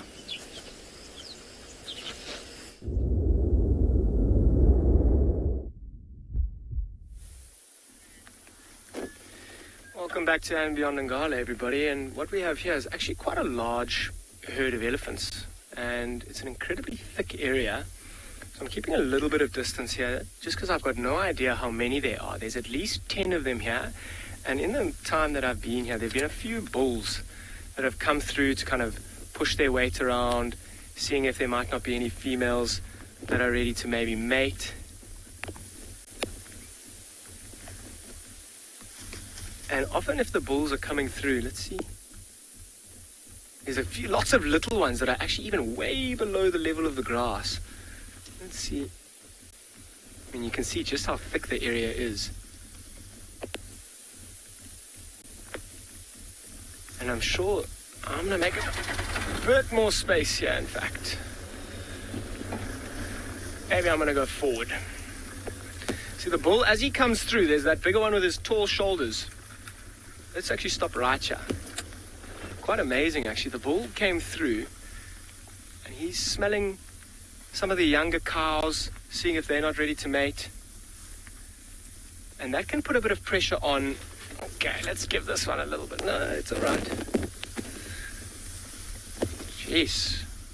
Those bulls at the back have obviously put a bit of commotion, and there were actually quite a lot of little ones in there that were way below the level of the grass. Didn't even see them. They just came out of nowhere. And the bulls can put a bit of pressure on them like that, and that's what the females don't like. And when they start to do that, they'll move quickly to get away from the bulls. So there were a few bulls, and they've actually... Let's see if I can't get another view of them here quickly. Do a little bit of a reverse and a bit of a J-turn, and maybe we'll get another look at them and try and see the size differences between the bulls and the females. They're actually in quite a lovely spot. They've come into a more open area. Let's see if I can just J-turn here. Yeah, see them, I see them, I see them.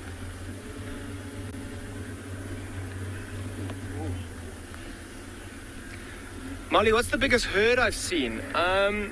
Individual herd, it's tricky to say. I remember the one day, I think there were about 70 elephants that almost came out of nowhere. And that seemed to be one herd. It was huge, but often around a watering hole, particularly in the dry times, you'll see lots and lots of elephants, sometimes up to 100, sometimes even more of them. But that'll often be several herds that are joining together. I mean, this herd... maybe 1, 2, 3, 4, 5, 6, 7, 8, 9, 10, 11. There's probably about 15 to 20 of them here. And that's just a little estimate in the fact that there's probably 5 or 6 little ones that I can't even see in the grass. I only saw a few of them walk past, and now I can't see any of them, in fact. And can you see a little baby there? Oh, there you see her. Is that a little one? Tiny little one. You can see how, there's still about 1.5 foot of grass above that little one. And when the big bulls are coming through and pressuring them like that, they can get a bit stressed, particularly the mothers. I mean, the big bulls will push them out of the way to even just get one smell of a female, see if she might be ready to mate. And because there's so many females in a herd like this, of this size, they'll go from one to the next, pushing calves out of the way, being quite aggressive and quite rough, which might be an explanation to that quick flurry of them. And now they've disappeared once. Oh, there's still a few more stopping and feeding. I mean, majority of the time, they haven't been feeding. They've been just making their way through. They were feeding before the bulls come through. But now that they've gone, I'm going to keep going, maybe check a few big watering holes, but I'm going to send you back over to Pinda with their rhinos.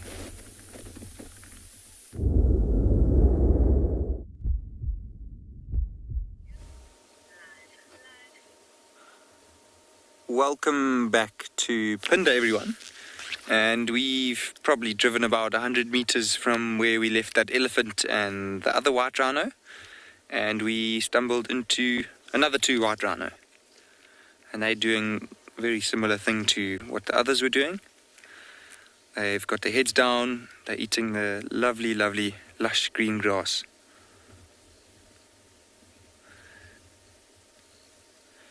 That one on the left looks like a female to me. Yeah. And if you look at her bum, you can see there's a different color to the rest of her body. And you can see scratches all the way down her side.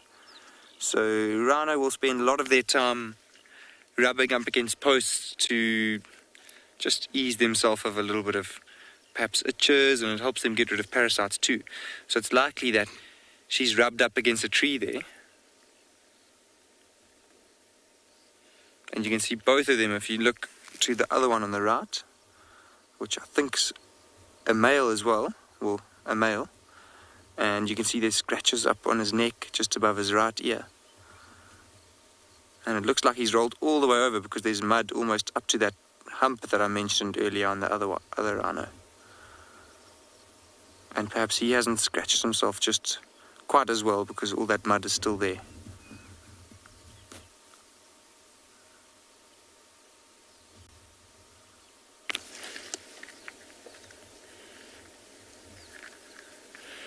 The reason why we'd see a male and a female together like this,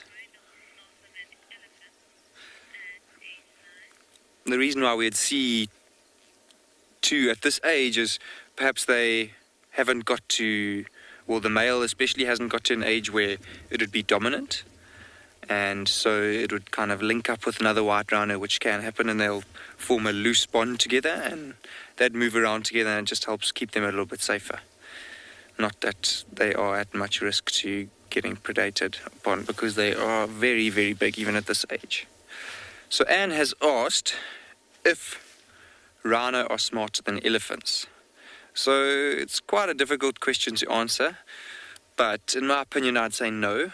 I think elephants are incredibly intelligent. Not that rhino aren't intelligent, I just think that elephants are probably more so.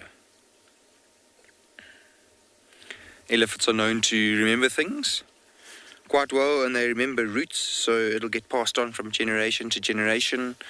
So a matriarch will lead her herd around where she had learnt and when she had moved around as a young elephant, for example.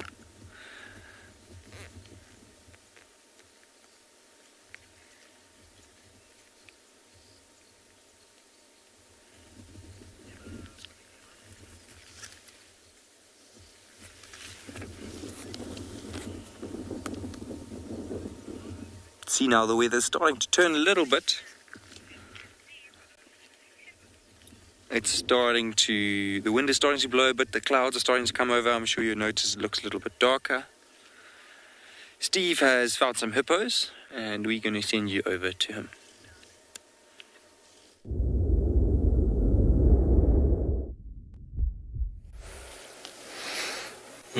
Well, there we go. Finally emerges his head.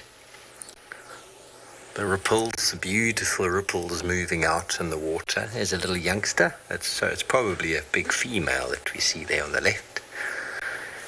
And that little youngster is not actually swimming. It pushes itself off the floor every now and again to pop its head out. Oh. Not quite sure what's going on. That is a very male-like behavior that's happening right now. Interesting. Not common to find a little young hippo hanging around a big male hippo, so it must be mum. But it's really tough to see from this angle, especially when they are under the water. There we go. That's mum on the right now. Mum on the far right. She's the one who's looking after the baby. Yes. I don't know, it seems like our dam cam is frozen. Okay, it's gone back to default position because I wasn't moving it. Apologies for that. Now I'm trying to get back to where I was. It's going to take a few moments.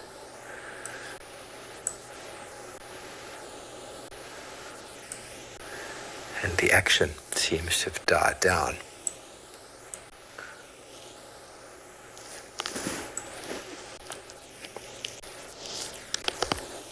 Hello, Angela, age 6. Well, they can sleep on the water. In the water, that is. They'll just plump their body on the floor and just sleep right there. But quite often, they'll also sleep on land. If it's the daytime, they sleep in the water if they're warm. And they'll sleep on the shore if they are cold. So it really depends on the time of day and the temperature.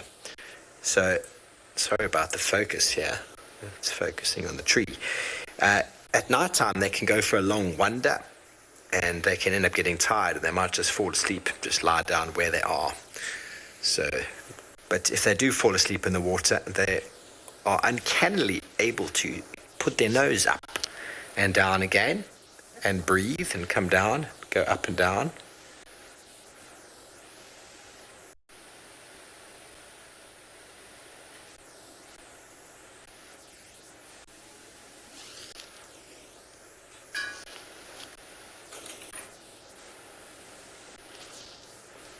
So that motion you see of that one there just popping its head up from time to time, hippos can actually do that automatically while sitting on the bottom of the floor. Okay, very good. Well, an animal that's very closely the same size as a hippopotamus, but maybe a little bit bigger, spent time on land, Angus has found some more of them.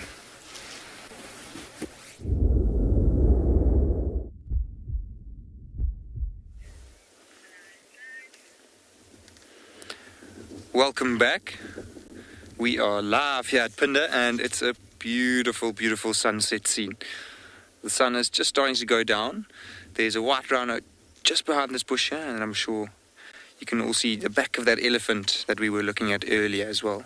So we just turned around, we left those two rhino that we were with, and we decided to come back here and just see if we could get a lovely scene of these two together. And the rhino is just slowly walking towards us. His little game trail. Here he comes.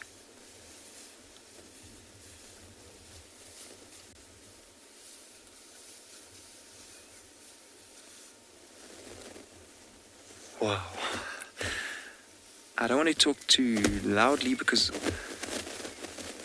rhino have a very, very poor sense of sight, and the wind was actually blowing from him to us, so it's likely that it doesn't even know we're here at the moment.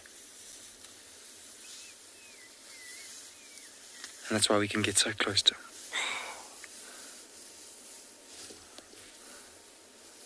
That was really, really awesome.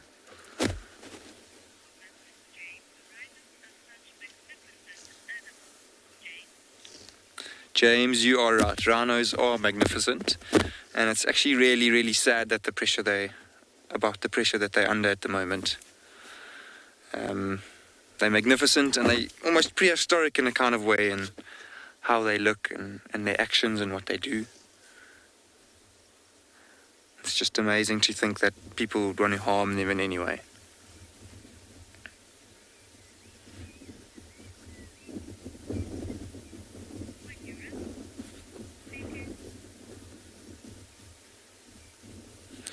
So we're just going to, I think we might hang around this area. There seems to be a lot happening. There's a lot of rhino around the area, and this elephant could be coming to cross the road at some point. But we're going to send you off to another live location.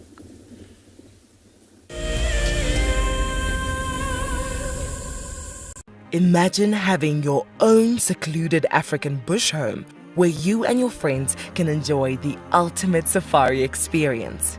If you sign up to be a Wild Earth Explorer, this could become a reality. Tumbeta House is located in the heart of Djuma Private Game Reserve, the home of Wild Earth. You could win a chance to stay at this intimate wilderness retreat, offering you the rare and highly sought-after privilege of your own home in the bush. The prize includes 3 nights for 6 people and includes daily game drives, a chance to see the Wild Earth Camp, and have dinner with one of our guides. Sign up to be a Wild Earth Explorer before the end of February 2021, and you could be heading to Djuma, the place that we call home. Available dates are limited, so terms and conditions apply. Hi, my name is Tristan Dix, and I am a guide here at Djuma Private Game Reserve for Wild Earth. We love connecting you to the African bush, and we always look forward to all of your questions. If you want to ask a question on Wild Earth, you'll need to register on the website. Once registered, go to our live safari page and submit a question below the live feed. Catch up with me on Wild Earth.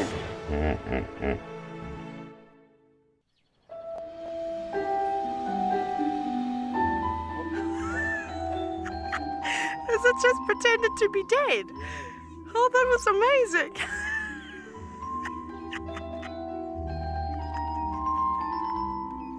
I can't. How do I hold It's like, that is hands down the coolest. Expect the unexpected here on Wild Earth daily.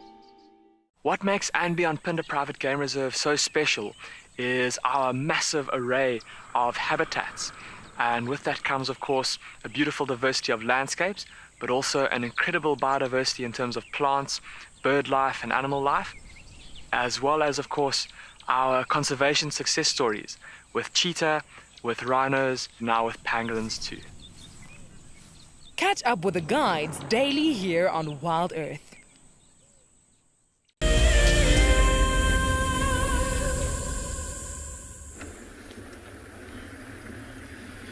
Welcome back, everybody. Now, I'm just kind of in the area of a big watering hole.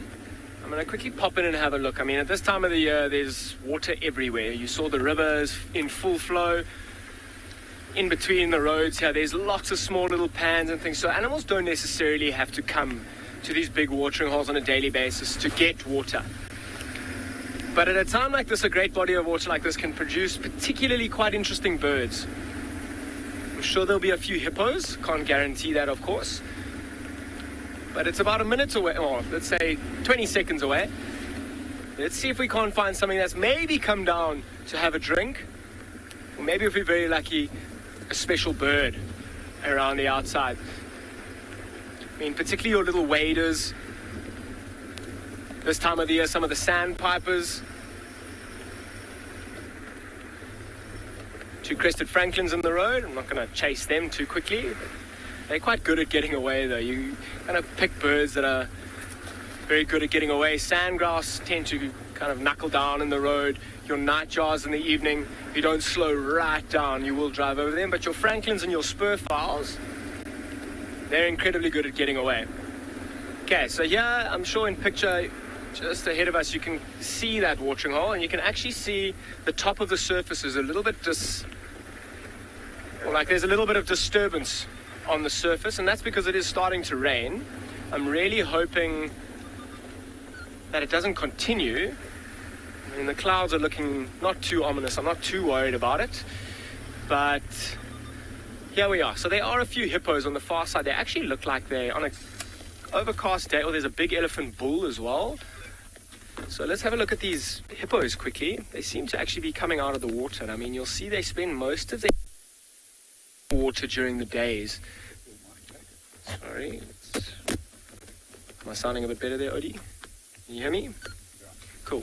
So you'll see they spend most of their days in the water. Oh, there was a green shank that was calling there. Common green shank. It's one of the special ones that we're looking for there. They're calling again. I can't see them.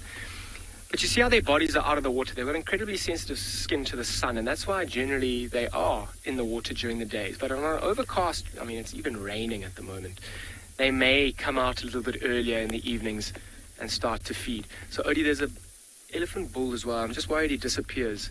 He's actually going to disappear. Let's wait to see if he comes down to the water. He was just hanging around underneath that marula tree over there. There he disappears. And, I mean, that elephant, I don't think he necessarily came to this watering hole for water, but he was hanging underneath that marula tree, and I'm sure you guys have been following it over the past few weeks. The marulas are in full fruit, and it's a really good way for them to get food at the moment, and they love it. And I mean, they don't digest most of it. You often see full marulas hardly having been digested in their dung. But quite interesting to see these hippos so exposed out of the water. You can see that pink skin as well, particularly closer to that one's face. See how small their little ears are? And look how many hippos there are in front of that one that's out. I mean, how many heads can you count? 1, 2, 3, 4, 5. I think I count 5, and then the one standing out 6. Pile are hippos cold or warm-blooded? Hippos are warm-blooded. They are mammals. Although they spend a lot of their time in the water, they are warm-blooded, and they are mammals. So they've got warm blood, and they don't have to come into the sun to warm themselves up. Well, one of them having a little yawn or stretch. That's quite a little one. Look at how much smaller it is than the one at the back. But yeah, being warm-blooded, they suckle their young. They give birth to live young as well. And they'll do that in the water, in fact. I mean, they do a lot of their antics in the water during the day. I mean, during the evenings is the only time you really come out the water to feed. And, I mean, a hippo can be quite an underestimated animal because you see it in the water and you think it is harmless. And generally, from a distance in the water, they are quite harmless. But you'll see, in Africa particularly, people still rely so much on water and rivers to either collect water or do laundry, or even on their way to work. I mean, lots of reserves in the rest of Africa don't have fences in their reserves. The animals just go wherever they please, and they spend most of their time in the reserves, and the reason for that is because there's food and water, permanent water. But a hippo in the early morning, maybe someone riding their bike on their way to work, if you get in between the water and a hippo, they will be incredibly defensive, and they're safe places back in the water, and they'll often run kind of straight over people to get back to the water. That's where they feel safest. They'll very rarely eat people, but they are known to kill an incredibly high number of people in Africa in a year. So an animal not to be underestimated. I mean, you can see the size of it. It is a huge animal. But it also got huge teeth. You saw that little one, even with its mouth open, is quite impressive. But eating almost exclusively grass. There have been records of male hippos eating meat or feeding off of a carcass every now and then, but it's not a common occurrence. So even when they are getting into contact with people, it's not to eat them. It'll be mostly to almost defend themselves.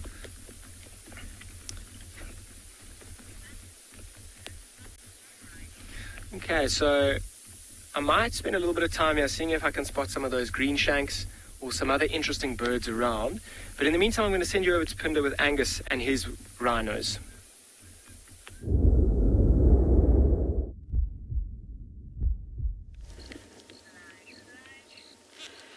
And yes, you are back here at and beyond Pinda with another African animal that you shouldn't trifle with. We're back with these two rhino, and they also haven't moved much. There seems to be so much food around that animals don't really have to move that far to get what they need to. They have just gone behind this little bush, but I'm sure they will. I mentioned they aren't moving far, but they are moving slowly. You can see some bee eaters flying around in the background. Actually, looks like a European bee eater just over them to the right.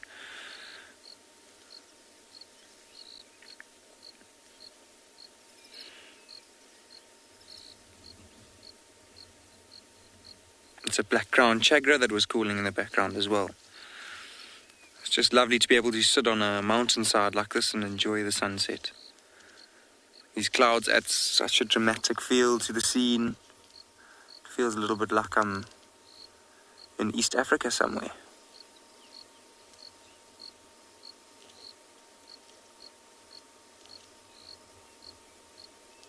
And I mentioned their poor eyesight. If you can try get a look at the size of a rhino's eye.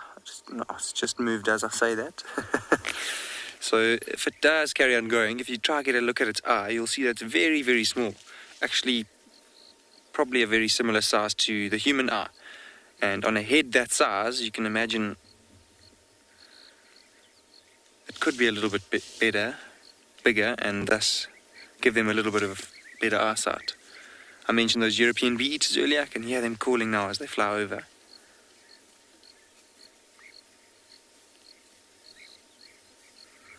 And it does look like they actually can't really hear us either.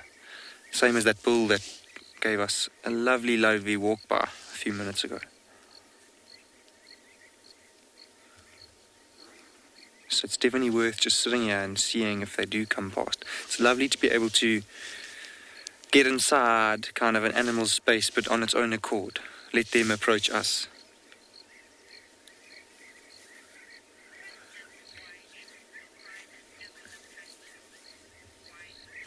Wily, yes, rhinos do sometimes attack humans.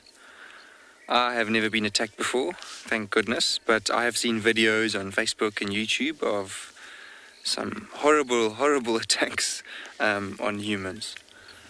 A lot of them in the Kruger Park with people that aren't really used to being out in the bush so much and probably don't know much about animal behavior, so they might push the boundaries a little bit. And obviously we have to keep in mind that this is their space in these national parks and we should respect them for it. So I think it's important for us to just judge their body language and see if we are in a safe place, firstly, and also to just not disturb them. It's important to not disturb them as much as we can. We want to try and view them as naturally as possible, as if we weren't here at all. Which is, I get the feeling that they'd be doing exactly what they're doing now if we weren't here. They're probably only about 10 meters away from me at the moment, and they haven't really done a thing, which is amazing. It's awesome to be able to just sit here and listen. But you do notice every now and then you see how this one on the left has lifted up its head. So I mentioned the eyesight. It's probably that it's heard us and knows that we're here. It just wants to make sure that we aren't a threat to it. And now you can see by its body language it's carried on eating and hasn't run off alarmed at all. So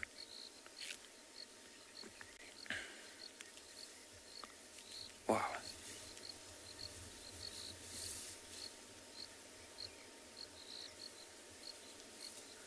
And I mentioned the hump on a white rhino's back earlier. You can see now that very wide mouth that white rhino have. It allows them to get quite close to the ground. Because they only eat grass, it's an adaptation that helps them get in as much per mouthful as they can.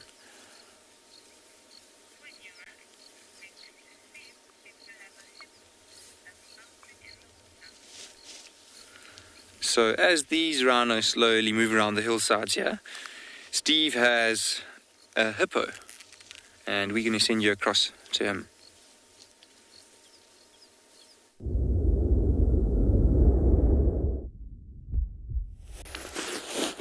Well, thanks, Angus. It is hippos. In fact, they are having a wonderful time. The little youngster is using Mum as a jumping castle, it seems. Up and down it goes. Very buoyant in the water. What a wonderful time to be alive when, there we go, you can see the youngster on the right. Mum is sort of in the middle, and then there's a big male on the left. Very, very energizing.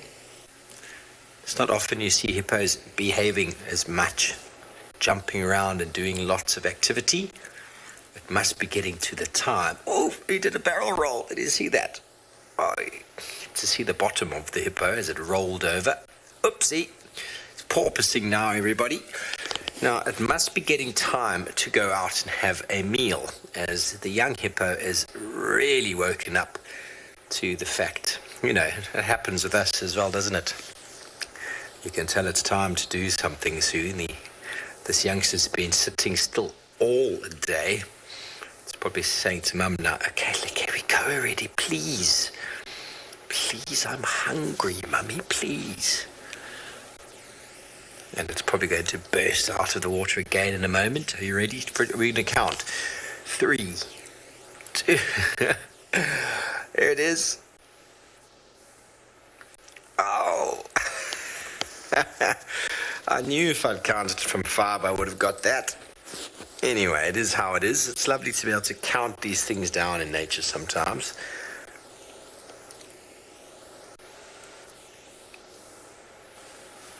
But also, when elephants come to the water, everybody makes way. They just make way. There's no bathing together. I mean, if there's plenty of water, yes, of course, the elephants and hippos can share the water, but the hippos won't go too close to the elephants because they're just physically not big enough to compete. Elephants get quite aggressive with anything that comes near them at the water. Even geese and birds, they'll chase them away.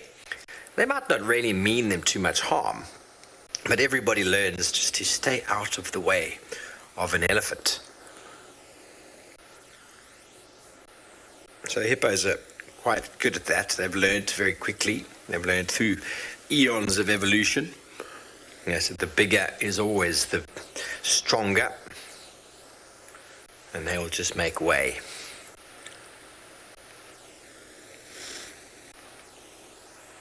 Okay, very good. Well, talking about swimming, our hippos are loving the water, and I believe Mike has got some elephants that are doing the same.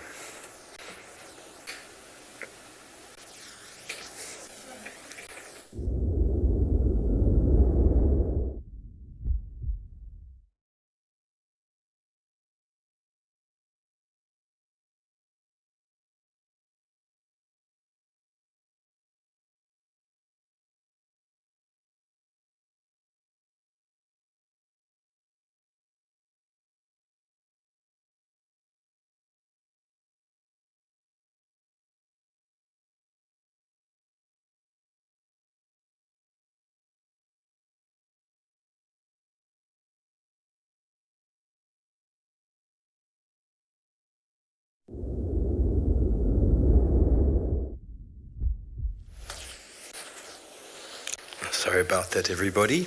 Seems like you've lost Pridelands. Our hippos are still doing what they're doing.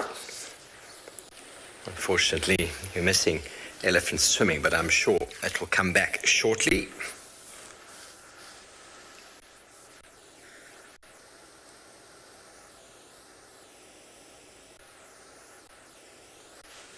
This little fellow is having a whale of a time. You can see Mom's nostrils just poking out there every now and again. She's not quite ready to surface. Still enjoying a very lazy afternoon, as is that gentleman on the left. The youngster is clearly enjoying Mum's back and the weightlessness that the water provides.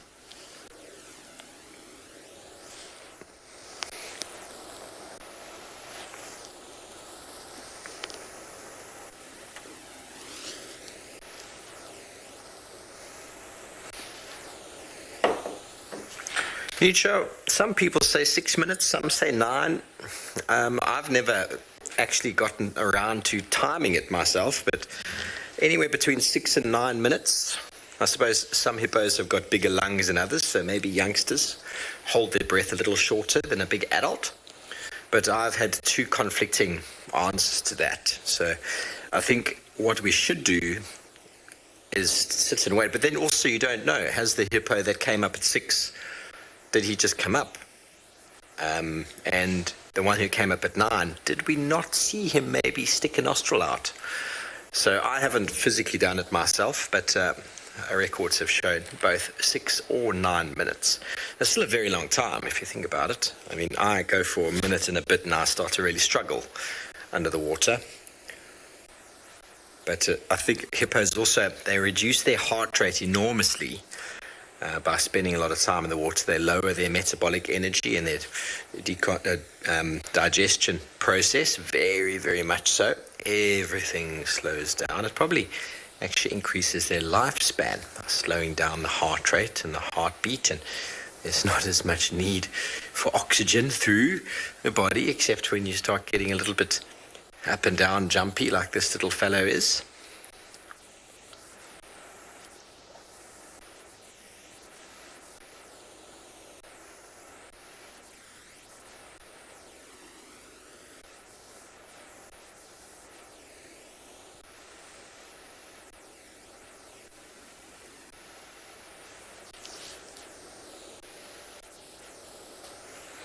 Mundas, they call them pods, actually, a pod of hippos.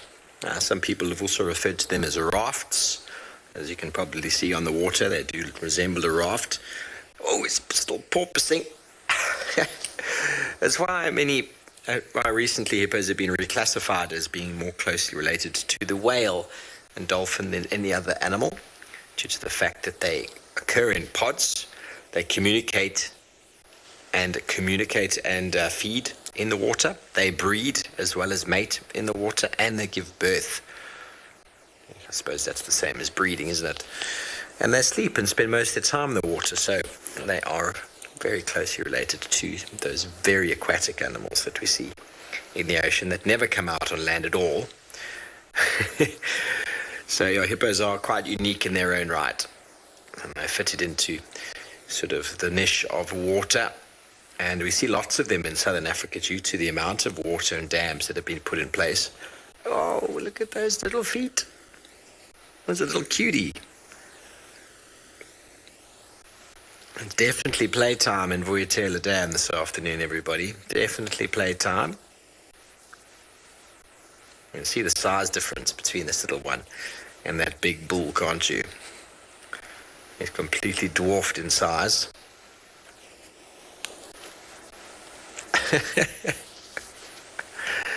That's too sweet. It's definitely telling Mum something. Mum's not getting the message. Okay, well, hopefully Mike will be able to talk to you nicely now while his elephants have a swim.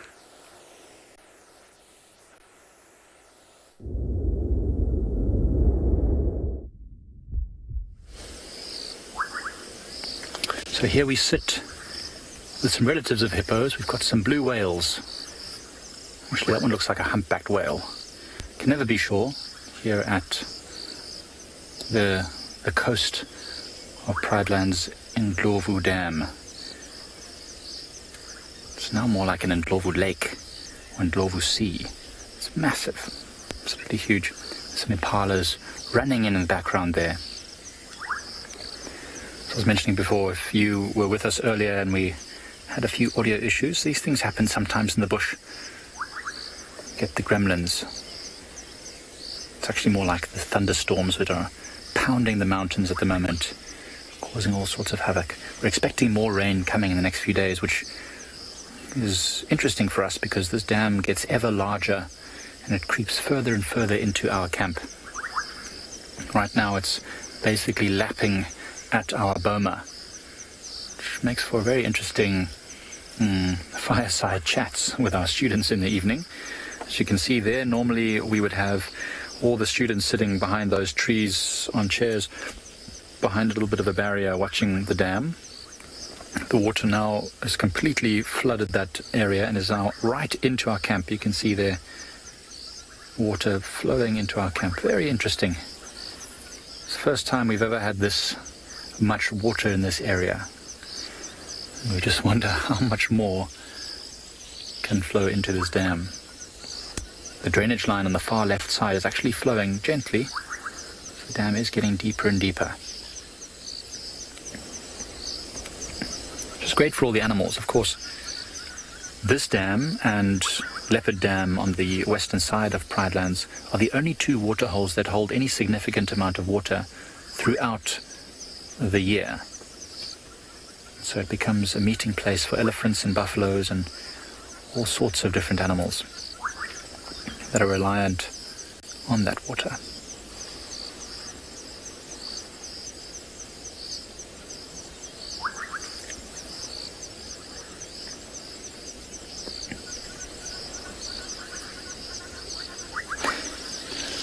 Ethan. Can an elephant swim faster than a hippo? Well, Ethan, I think probably not. Well, in fact, definitely not. Neither of those animals actually swim. Well, I mean, I suppose they could do a type of a basic doggy paddle type of swimming, but hippos generally walk on the bottom of a dam like this. They would actually trot along the bottom, and they jump up for air. And they can move very fast when they run along the bottom. They've got quite a streamlined shape with that round head and smooth body, very round. And so when they trot on the bottom of the water, they can move very fast. I don't know exactly how fast. Elephants are less, let's say, aerodynamic. Well, they're massive and powerful, and in the shallow water, they could move pretty fast. As you can see, this is probably about as fast as an elephant can move in the deeper water. Well, this one's standing still now, so a bit faster, but not fast at all. So definitely hippos would be faster. Remember, hippos spend most of their life in water. These elephants just come here to play and to swim and to drink every now and again. I've been in a lake on the east coast of South Africa called St. Lucia around Cozy Bay, and I've been on a kayak. And hippos were chasing, well, not really chasing me, but they came towards us. And they came very fast. It looks like a speedboat, like a torpedo, in fact. It was very, very scary. Strangely, no hippos here in this dam. Considering how big it is and how much water there is, I'm very shocked at that, very surprised. But it might be because of all the elephant activity. These are just 2 elephants now, but sometimes we see 60 or 70 elephants at one time at this dam. And that probably makes it quite uncomfortable. Probably makes it quite uncomfortable for the hippos. Well, while we watch here, see what these elephants get up to, we'll probably make our way over to Lagatha the Lioness a bit later. But in the meantime, let's send you somewhere else.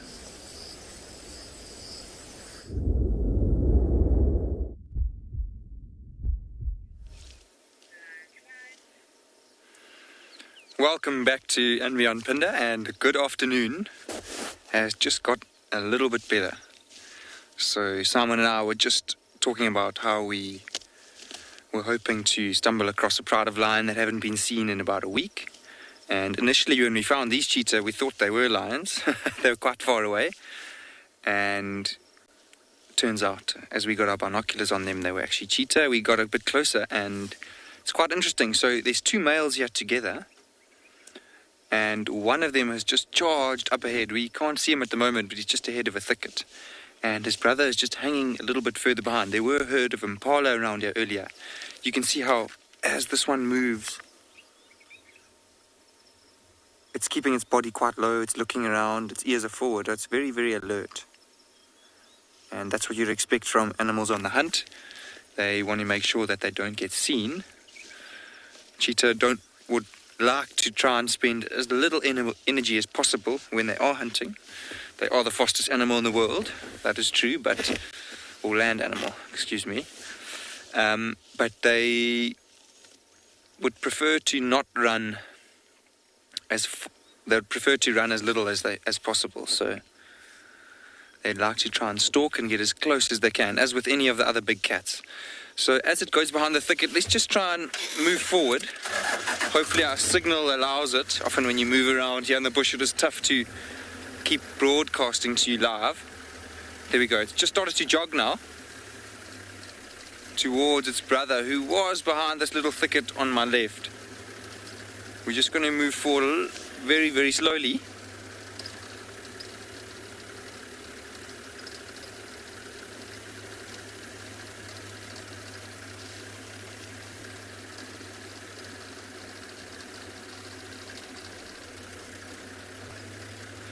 Here he is.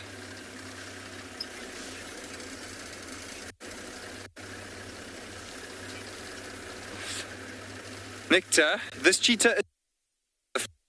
So he's part of a coalition of males, and I'm sure you've heard from...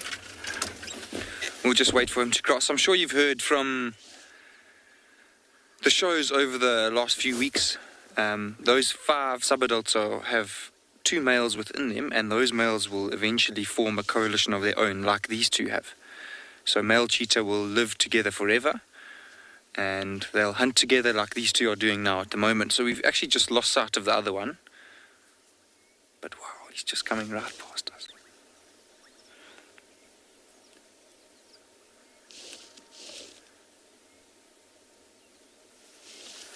It's really, really close to our vehicle.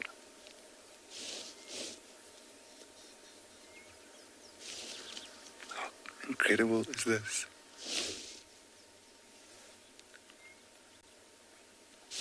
And I can actually hear further up ahead. Sounds like his brother has alarmed some impala.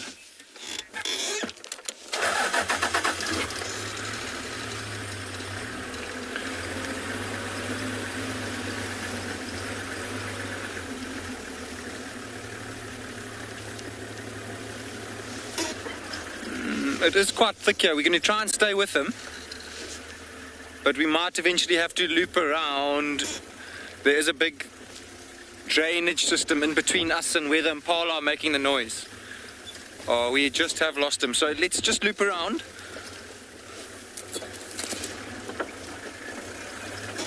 So what we're going to do, we're going to just try and loop around and try and get ahead of them. It sounds like his brother has alarmed some impala across that drainage system I was telling you about. But for now, we're going to send you off to someone else while we try and find them.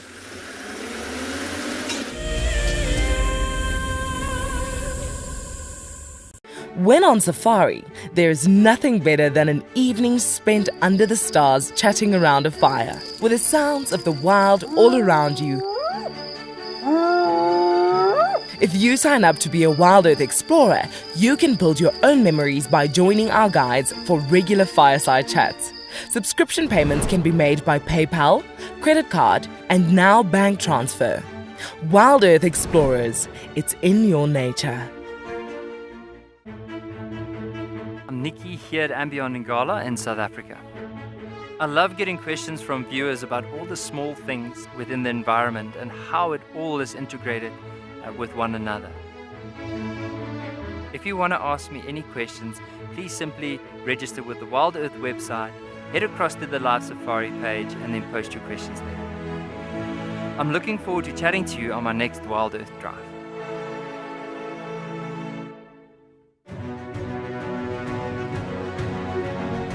Hello, boy.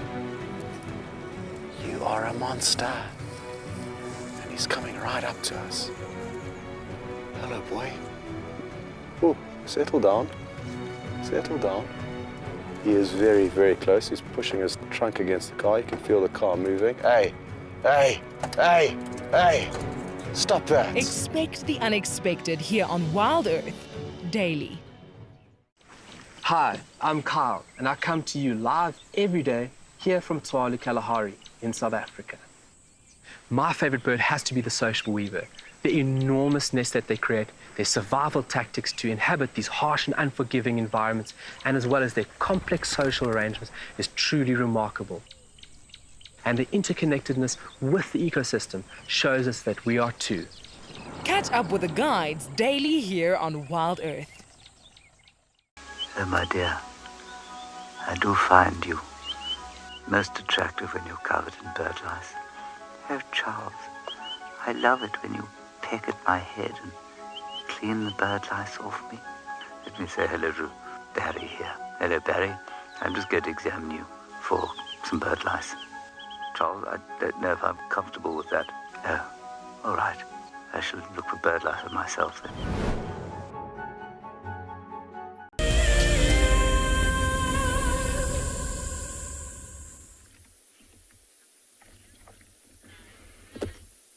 Welcome back, everybody, and what we have here is a very sleepy hyena.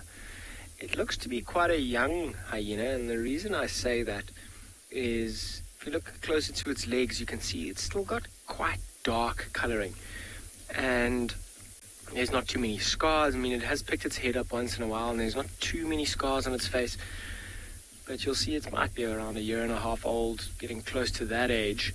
And you'll see when they're born, they are completely black, as I'm sure you've seen at the den at Djuma. When they're born, they're completely black, and they slowly develop these spots.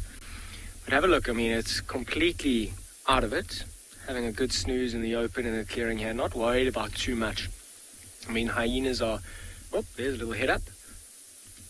Look around. You see those ears? They're kind of like radars. They're huge, and maybe it heard something in the distance that got its attention. I'm sure it wasn't anything too serious, and the head goes back down. So you'll see, I mean, although it is fast asleep, I mean, it's always alert and always aware to maybe a distress call of an animal. I mean, if a leopard maybe kills an animal somewhere or tries to some distance away, and that impala or whatever the animal is starts alarm calling or distress calling, that'll get the attention of this hyena, and it will be up in a flash. And it'll, because of the confidence of a hyena, they are incredibly confident and brave animals, they'll almost go running straight in towards that noise, try and intimidate the leopard off, and very often steal the carcass from them just based on the noise. They'll kick into a gear from a slumber like this. Oh, just heard me talking, took a bit of interest. Wake up from a slumber like this very quickly and go in and try and steal something from a leopard or even lions. I mean, a lone hyena like this hasn't got too much of a chance against lions. But I mean, that being said, everybody thinks hyenas are these scavengers exclusively, but that's completely not the case. In fact, they actually are incredibly good hunters. And although this hyena is by itself for now, it will be a part of a group or a clan, as we call it. And you'll see I'm sure as the evening comes, it might get up and move around, start looking for some food. I think it was Tina, how many clans do we have at Nyala? And it's a very tricky question to answer. I have no idea how many clans. I am aware that we have got an incredibly high hyena population though, so there could be anywhere 10, 15 different clans, maybe even more than that around. And you'll see they are quite territorial and defensive over it, and they do come into contact with one another every now and then. And this one, although it is by itself, is certainly a part of a clan. I mean, it's still very young. I thought I heard something there as well. Sounded like maybe another hyena. And you'll see as it starts to get darker, the sun starts to set, they might start to call and try and call to the rest of the clan. Just advertise their presence, let them know where they are, then they get up and very often move around on their own, looking for their own food, maybe something small, maybe take a scrub hare or scavenge something quite old. And if they do come into a scenario or a situation where they do need backup from the rest of the clan, they'll call, and they've got lots of different calls. And I'm sure for those of you who have been to the bush or have heard them calling on Wild Earth, it's a very distinct call, and it can travel an incredibly long distance. Wild dogs as well, they'll follow wild dogs super closely. They know how good they are at hunting, and the design and build of a hyena is completely different to that of a wild dog. A wild dog is quite slender and built for stamina, whereas a hyena is built for strength and almost built to take a beating.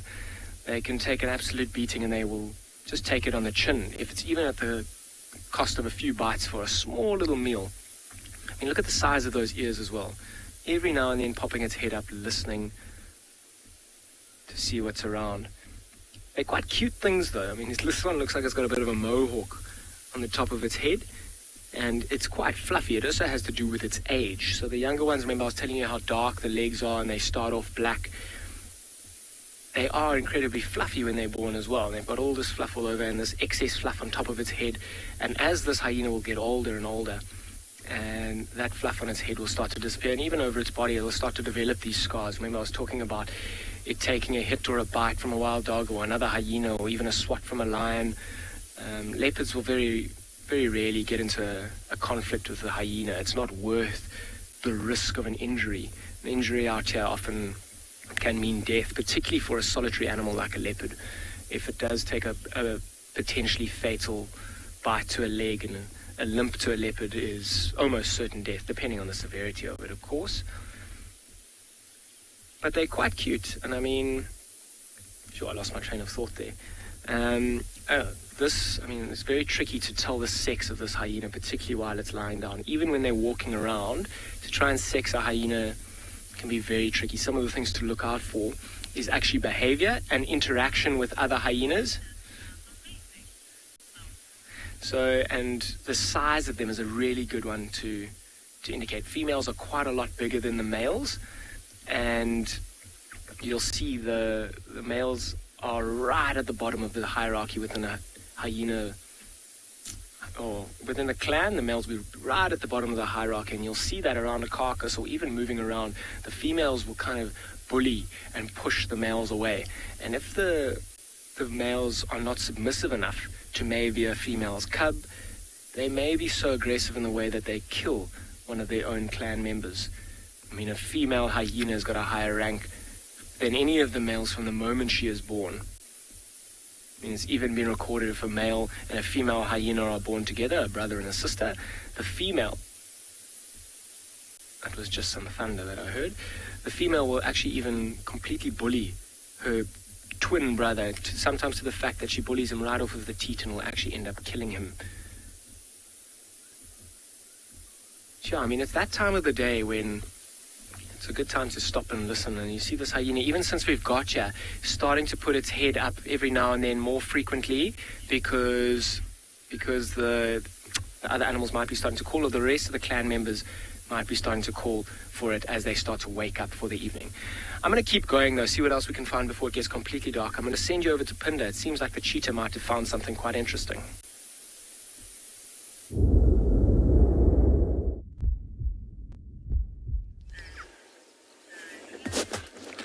Welcome back to Pinda, everyone, and I cannot tell you how excited I am. So we did manage to find these cheetah on the other side of the drainage line, and they have caught a young impala. Well, I say they, but it was actually just one of them. His brother is actually just further down the hill, and he's busy trying to call for him, so I don't think he actually knows where we are at the moment. But we can see him from here. Wow! This is incredible.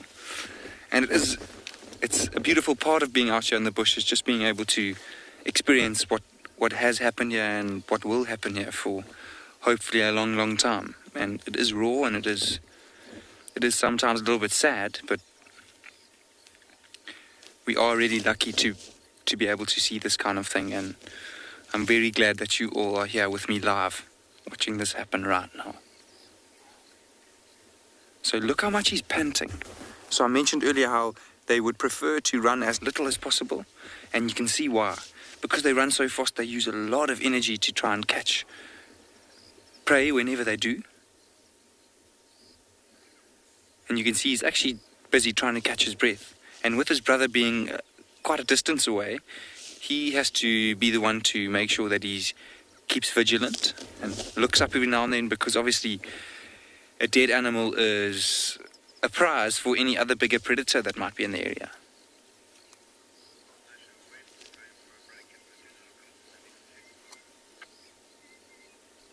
Look at all that blood on his nose. You can see he's eating from the rump of the impala first. So cheetah can run anywhere between 90 to 110 kilometers an hour. There are varying reports of speeds usually in between those two. So I think on average they probably run about 100 kilometers an hour to be safe. But I have heard that I think the record for cheetah is 110. Obviously it's quite difficult to measure that exactly out here in the field, but it's fast. It's very fast. And you can see just by their body shape that they're so well adapted to running fast.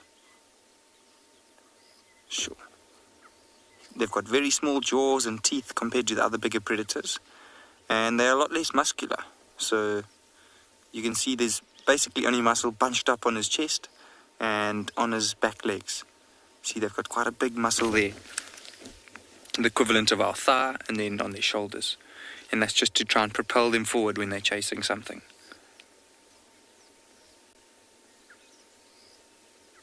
If we just listen for a while.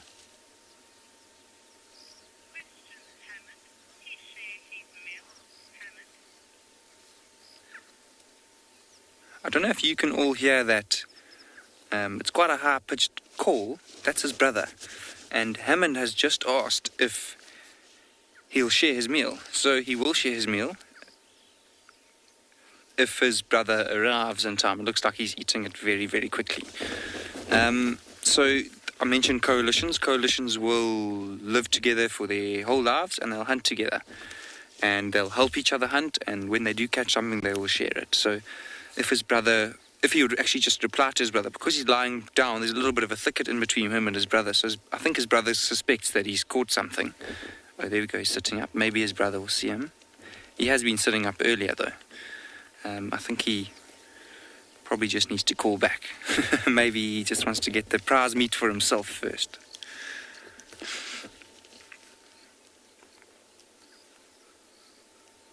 You can actually hear him panting.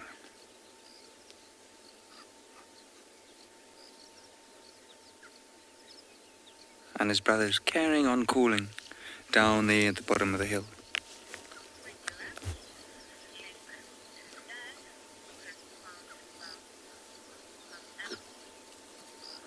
So we're going to stay here and watch him carry on eating. We're going to send you over to Dan, who's got something.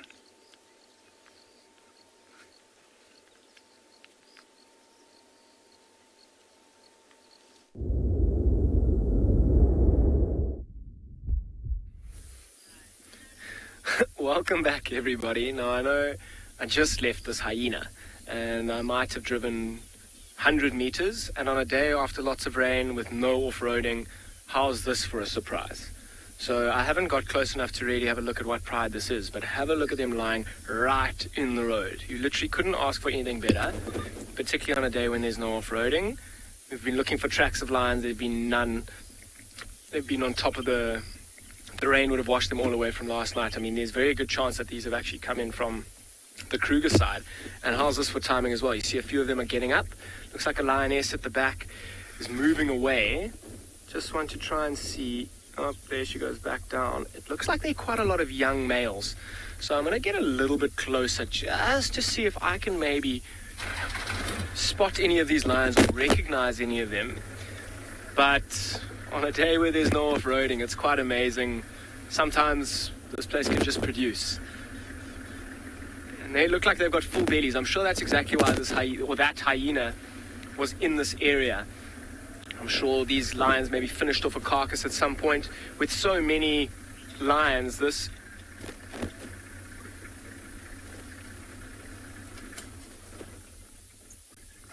Okay, I'm going to send you over to Pinda quickly. Apparently something is happening there.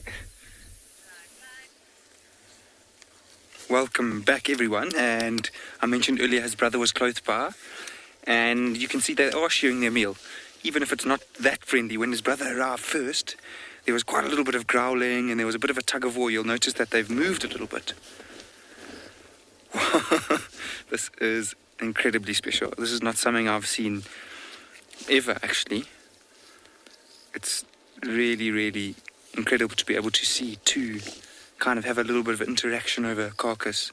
And this has just happened right now.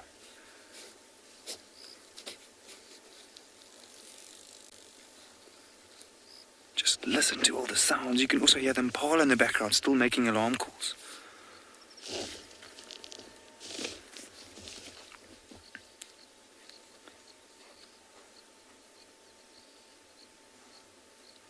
And you see every now and then one of them will look up. Just to make sure that nothing else is coming to try and steal this from them. And you see how quickly the initial cheetah, he's the one on the right, he's the one who caught it. He's eating a lot quicker. Well, both of them are eating as quick as each other, actually. Because now it's a bit of a competition to see who can get the most meat.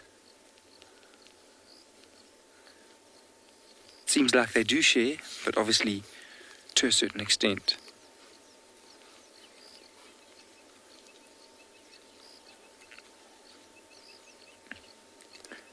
Have a look at how the stomach is still intact. They haven't touched it at all. And I've mentioned how they keep looking around. As I say that, they just did it. Awesome. They keep looking around just to make sure they're alert. And the stomach, if they do puncture it, would obviously...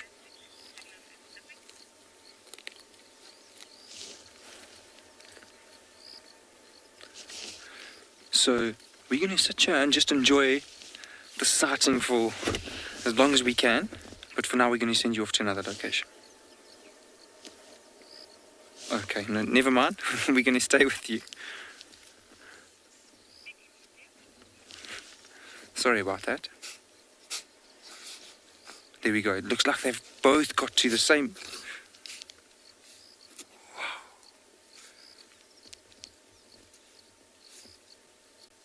You can definitely see it's a competition for the prize spots on the carcass at the moment. And it is a young impala, so there's not that much meat on it. It's incredible how quickly it disappears.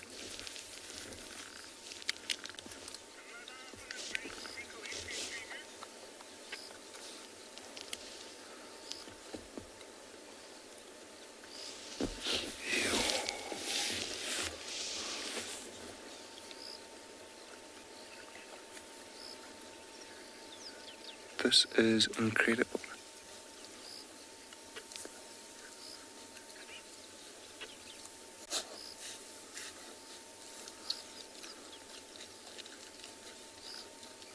Just want to sit for a moment and just kind of try and enjoy the sounds of it. And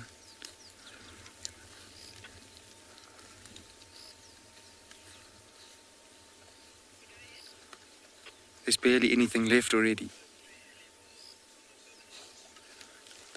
So I mentioned how worried they are about keeping a lookout and not puncturing the stomach because it makes quite a bad smell, and then anything else could come up and perhaps find them a little bit easier.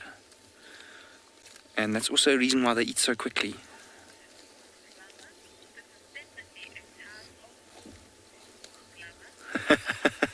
horse lover, you're right. Horse lover has said that this is definitely a type of war. It is, kind of, I suppose. You can see they even seem to lick up the blood that's inside that chest cavity now.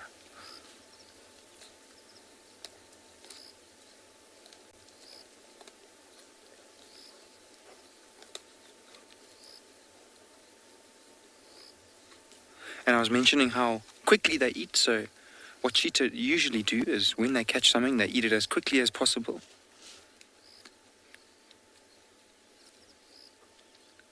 And as soon as they've eaten everything they can, or they've had their fill, they'll leave that carcass and get as far away, or not as far away, but far enough away, so that they aren't in any danger. Obviously, as time goes by, the carcass will start to smell a lot more, and that'll bring in hyenas and leopards and even lions. And they don't want to be around when that happens, being the smallest of all four. I mentioned their muscles are basically just adapted for running fast. So they don't want to be involved when there's a fight between some of those bigger predators.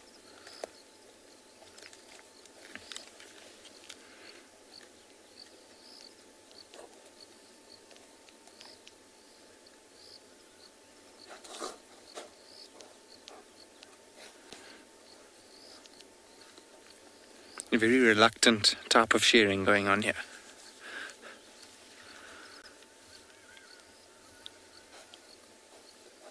You can even watch their bellies start to swell up as we sit here. Looks like now it might happen soon. They're starting to get to a similar place on the carcass, and we might see a little bit of a fight soon.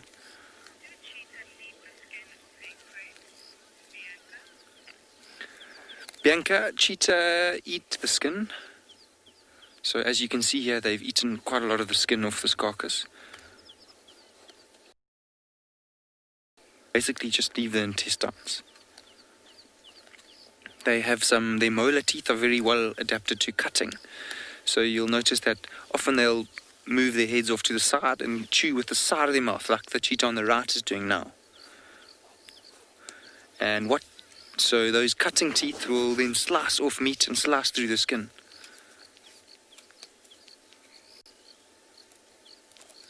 And then their tongue has these almost bony hooks on it.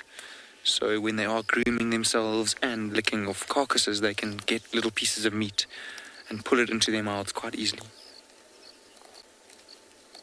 They seem to even eat the softer pieces of bone and cartilage. You can hear them crunching at it now.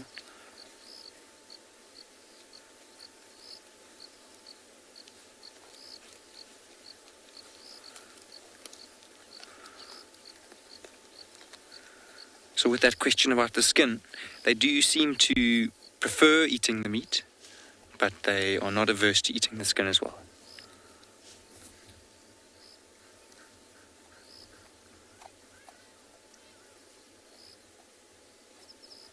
Every now and then a nervous glance all around, and then back to business.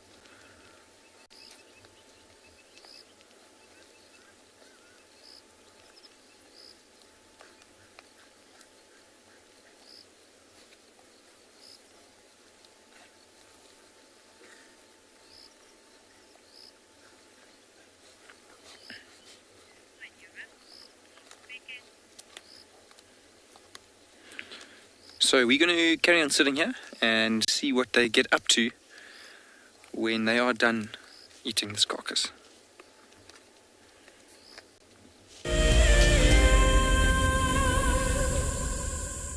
It's no secret that nature can heal.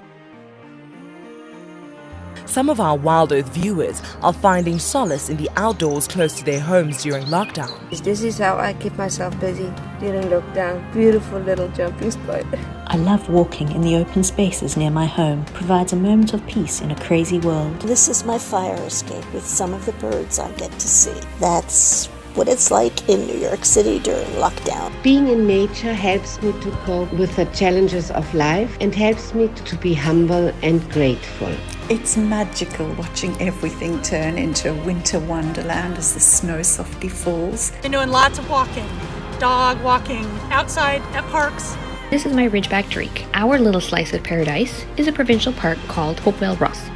Connecting with nature is critical to stay positive during these tough times.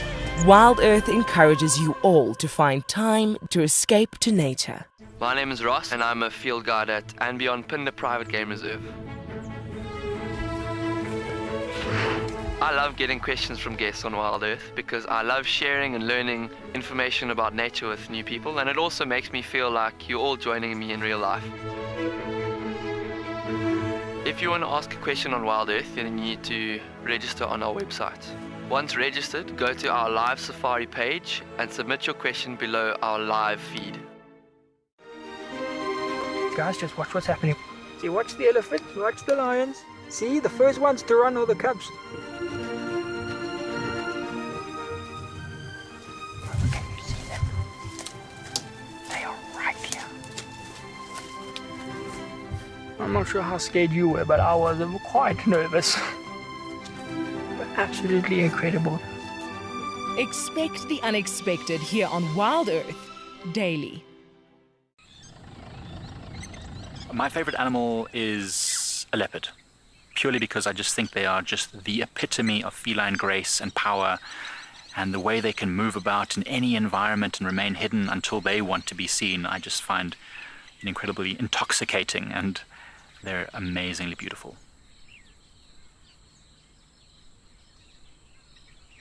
Catch up with the guides daily here on Wild Earth.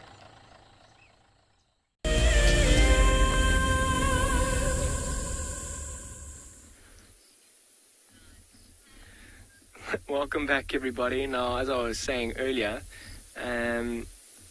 it's unbelievable how lucky this is to have them just on the road.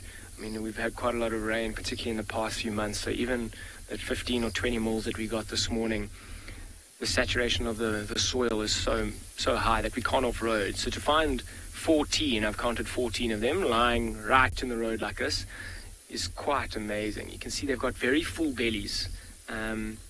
In this one closest to us on the left, you can see that very full belly, breathing quite quickly as well. I even got a smell of some stomach contents around as the wind picked up, and I'm sure that's why that hyena is in that area, in this area as well.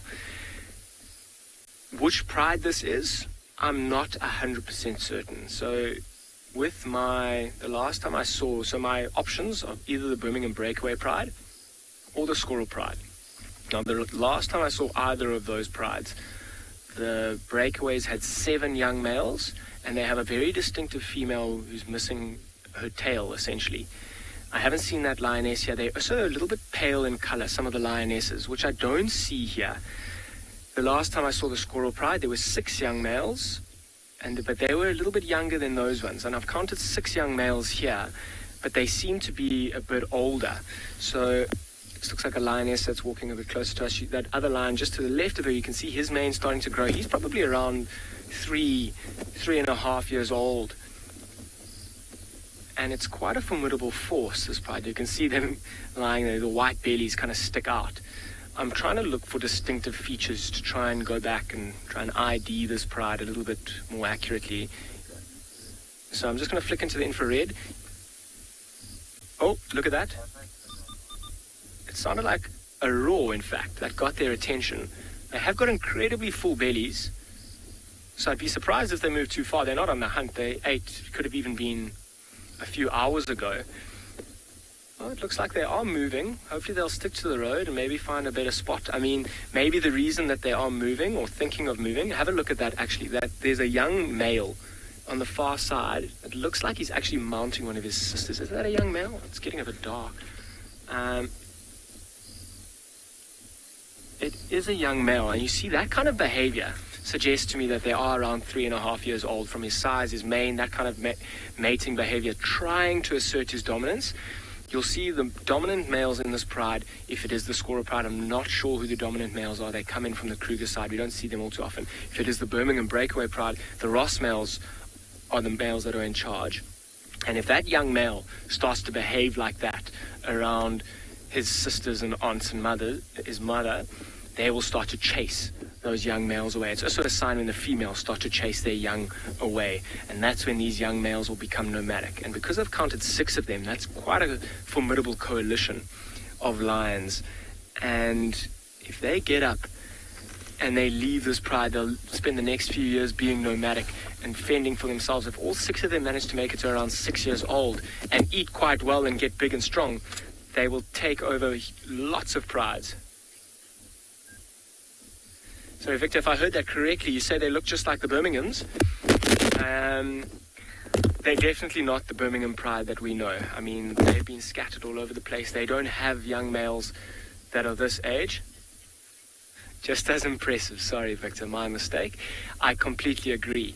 And even to some extent, you might say they look even more impressive than the Birmingham pride. And the reason that I'm saying that is that there's 6 young males who are about 3.5 years old, all very similarly aged. Whereas the Birmingham pride have got those 3 young ones who are 2.5. That older male who will never leave, who's about 5, maybe 4.5. But these all move out together. They're going to be a crazy strong coalition. And they can move huge distances, particularly in their nomadic life, before they become dominant and take over their own pride. They might even take over several prides. Some of them have got up and moved. I'm not going to follow the ones who have just moved just yet, because the rest of them are lying right in front of me. And even if they do move off the road, I'm unfortunately not going to be able to follow them just because of the amount of rain we've had. And we do lots of damage to the soil, and we might even get stuck, which is not what we want to do. But I was trying to look for distinctive features, because I'm not 100% certain on which pride this is. I'm leaning more to the Scorer pride. Odie's leaning more to the breakaway pride, and Odie certainly spent enough time here to know them. We're going to have to go back. There's Lioness, who was closest to us, who we initially looked at her full belly. She had quite a distinctive scar on her front right shoulder. 6 young males all around the same age is another distinguishing factor. Although tomorrow this pride might separate and there might be 3 males and 4 females together, making it tricky. So you've actually got to look at specific markings, scarring. Oh, look at, is that a limp? There's a little bit of a limp. That's not something to look too seriously into in terms of IDing them, simply because I don't think that limp is too serious. That lioness will recover from that limp very quickly. Lions are unbelievable when it comes to recovery. If it was maybe like a broken back leg that's hindering a lion walking quite significantly, that might be something to look forward to. You might even see a scar that I'm looking for in that kind of a situation. It's now getting dark, so it's a bit tricky for me to look for these distinguishing features, but we did get a few photos of which I'm going to go and have a look at. It's amazing to see the eyes of the ones in the distance. I mean, I can't see them at all in this light. So I'm going to see what these guys do, or what this pride does over the next short while. If they keep moving along the road, it'd be fascinating to follow them. I'm sure they're going to move off from where they made a kill somewhere around here. In the meantime, I'm going to send you over to Angus with his cheetah and their kill.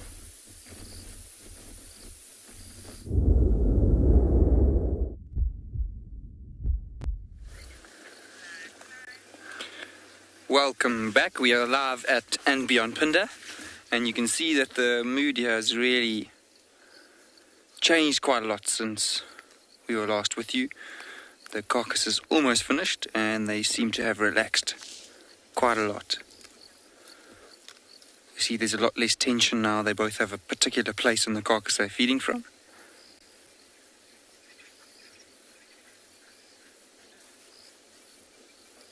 It's lovely to just sit and listen to the sunset chorus going on behind us. There's quite a big mountain range called the Lubombo Mountains, and up as you get higher there's some well-wooded areas, and there's some Natal spurfowl calling in the background.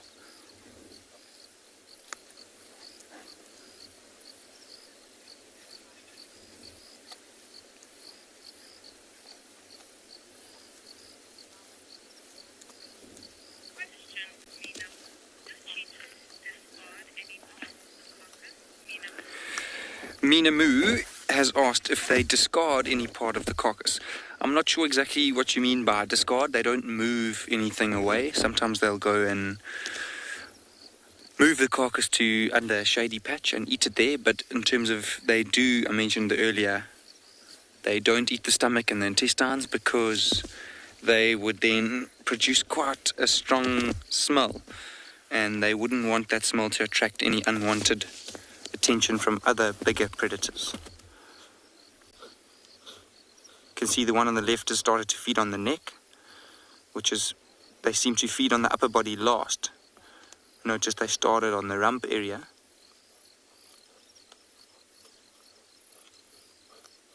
And now as the pickings are getting more slim, they've moved up the body.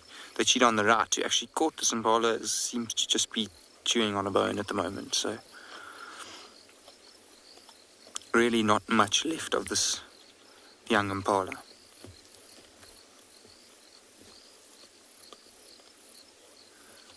A really special animal to be able to sit and watch.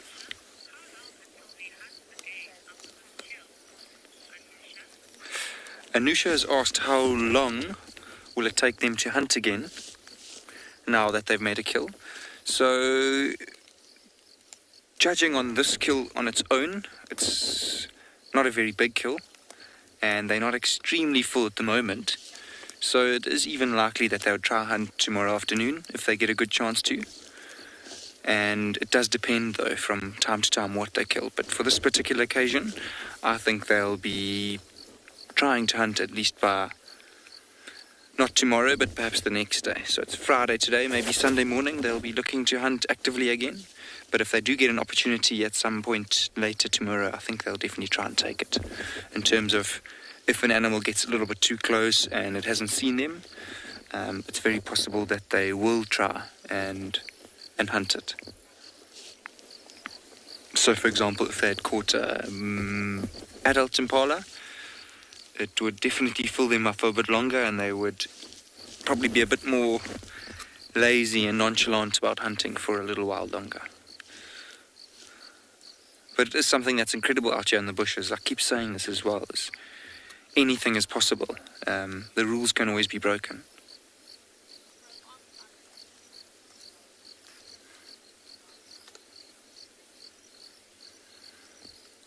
And you can see how the one on the right is panting a lot more than the one on the left. So you really get to see, and the one on the right I mentioned before is the one that caught this impala. And you can really see how the hunt takes a lot out of them. It takes them a long time to get their breath back. Probably even to cool down. It was quite a warm afternoon.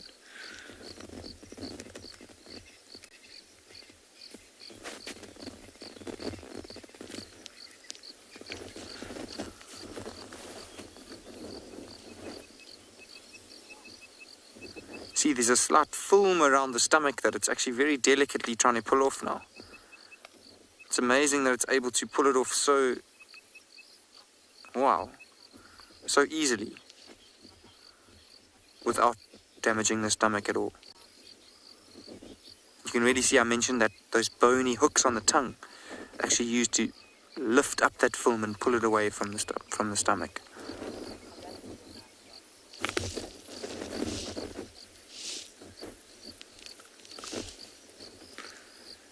It's lifting up its paw quite often. I think it's possible that it could have a thorn in it, or it might have even injured it slightly when it was chasing this impala. I don't think it's anything serious, but it might just be slightly sore. Ooh, the one on the left is choking a little bit. And we might see a little bit of an interaction now. See, the one on the right's moved around a little. And the one on the left definitely has more of the prize meat left over.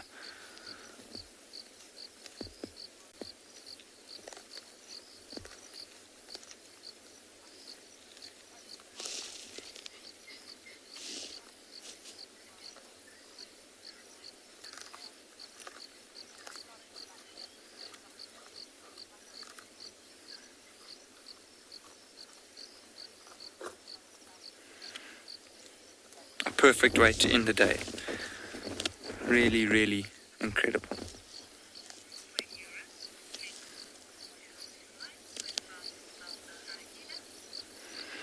So as the sun goes down, these cheetah are probably going to move off because their senses are not as good during the night. They are usually active during the day. And so we're probably going to head off and look for some nocturnal animals. But Mark is a few steps ahead of us. He has found a hyena.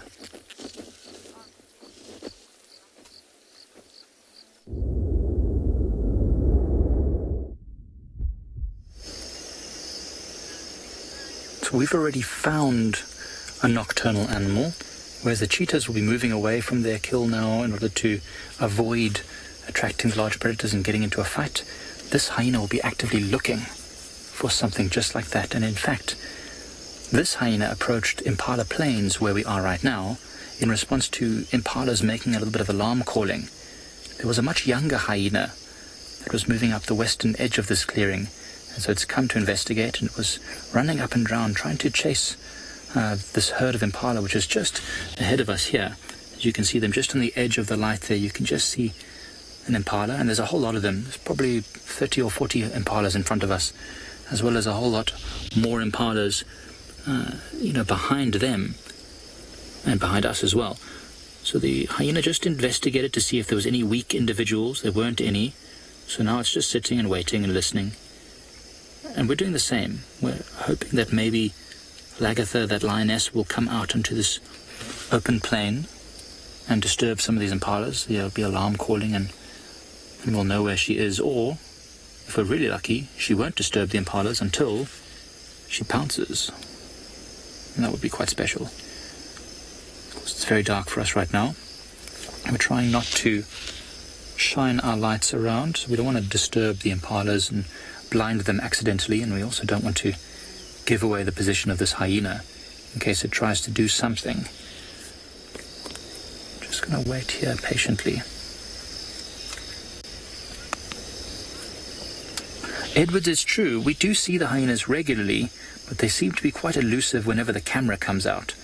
So although we've seen them up and down and we've been to their den sites and we've had the young hyenas in our camp frequently, and they just seem to always melt away as soon as the cameras come out. Maybe a bit of camera shyness. And we have also been seeing a lot more lion activity over the last few weeks here on Pride Lands. There was a pride which has given birth to lots of youngsters, and as the pride gets larger and larger, we're seeing 2 females with another bunch of youngsters have been coming onto Pride Lands, as well as a bunch of male lions. So perhaps that's also got the hyenas a little bit scattered, trying to avoid these larger predators, or maybe even trying to keep them away. Don't know. But in any case, it's good to see this adult hyena here on Impala Plains.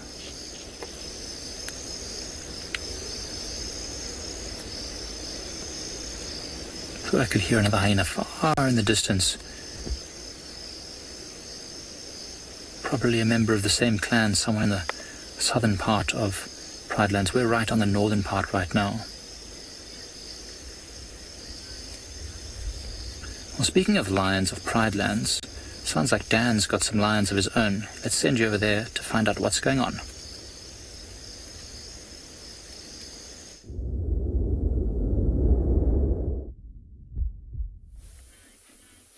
Thanks, Mike.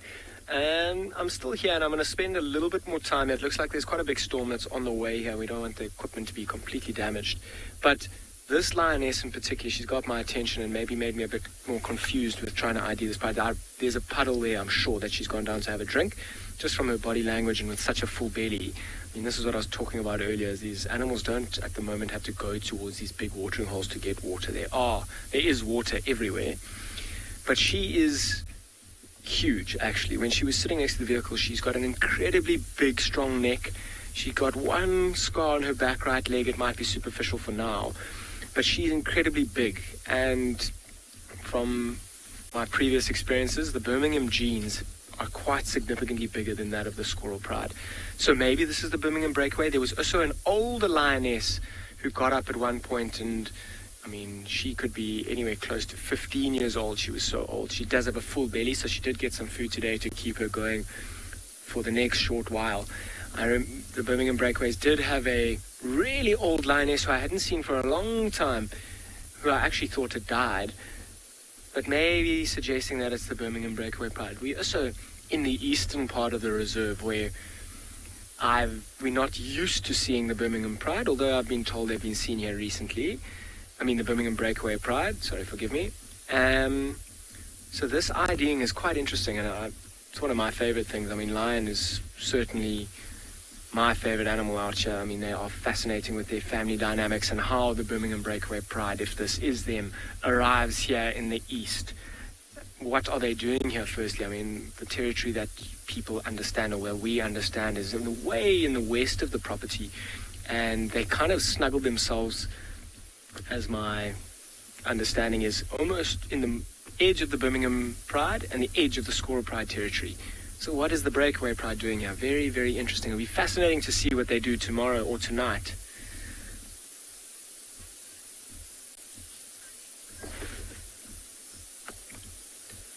So, yeah, it'll be fascinating to see what they do. I mean, I haven't heard, I've only been back for how many days now? About 4 or 5 days.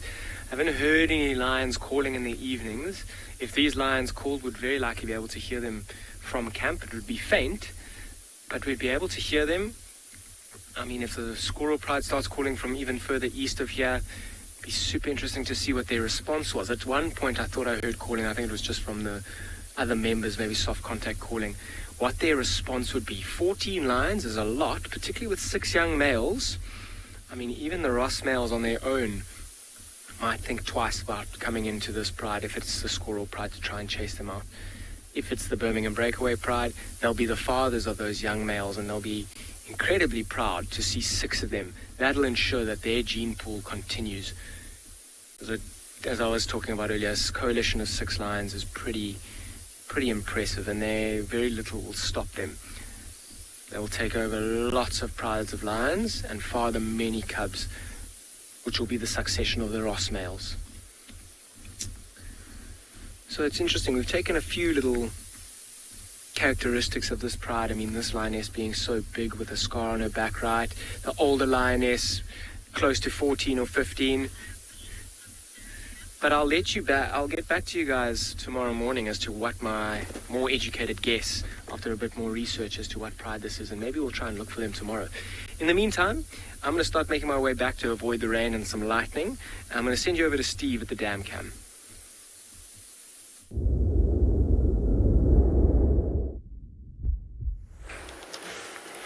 One of the wonderful joys of being open to the Kruger Park is when you have that, what pride is this that I'm finding myself with? It is a wonderful, wonderful thought. So many wild lions moving through and around these reserves, coming in and out. We tend to know here in the Sabi Sands exactly who's who because of the movements and the territories, but every now and again there's some fellows who move in who we haven't seen before, but we have seen one of them before. What looks like a woodland kingfisher sitting on the log at the Voyatella Pan, fishing or catching insects, taking advantage of the night and of the light. He's now caught one. He's now going to bash it against the log. You see, they don't have teeth, so best way to immobilize prey is to bash it against the log until it stops moving and then swallow it whole. Goes into the gizzard where it will then be broken up through muscular action. A little bit of tenderizing for good measure. Can you imagine putting something into your mouth that goes down into a pouch below your esophagus and it's moving? Picture that, everybody, moving. And many of the things that these guys eat have got sharp body parts, their exoskeletons, and little bits and pieces of chitin, and imagine, I think everybody's half gagging right now thinking about it. So when you see a bird bashing its prey against a log, you can feel a little bit more in tune with that individual. Nadia, at this time, I don't really know. I've seen that hippo porpoise earlier. It was quite fun. We eventually watched the whole family emerge out of the water and go on their merry way. But I spent a fair bit of time with Hosanna at this pan. I've spent a fair bit of time with cats at many different watering holes in my life. I can't say I've got anything extremely memorable about this exact pan right here that I can think of off the top of my head. But maybe, let me try and slow down the camera. And we just put it on a very slow little pan, because anything could emerge, anything could come out any time, and it's with the infrared light on, we might be able to see it. As with the nighttime, as with the day, anything could come out, but I fear there is too much water around for any animal to make any concerted effort to make its way down to this watering hole.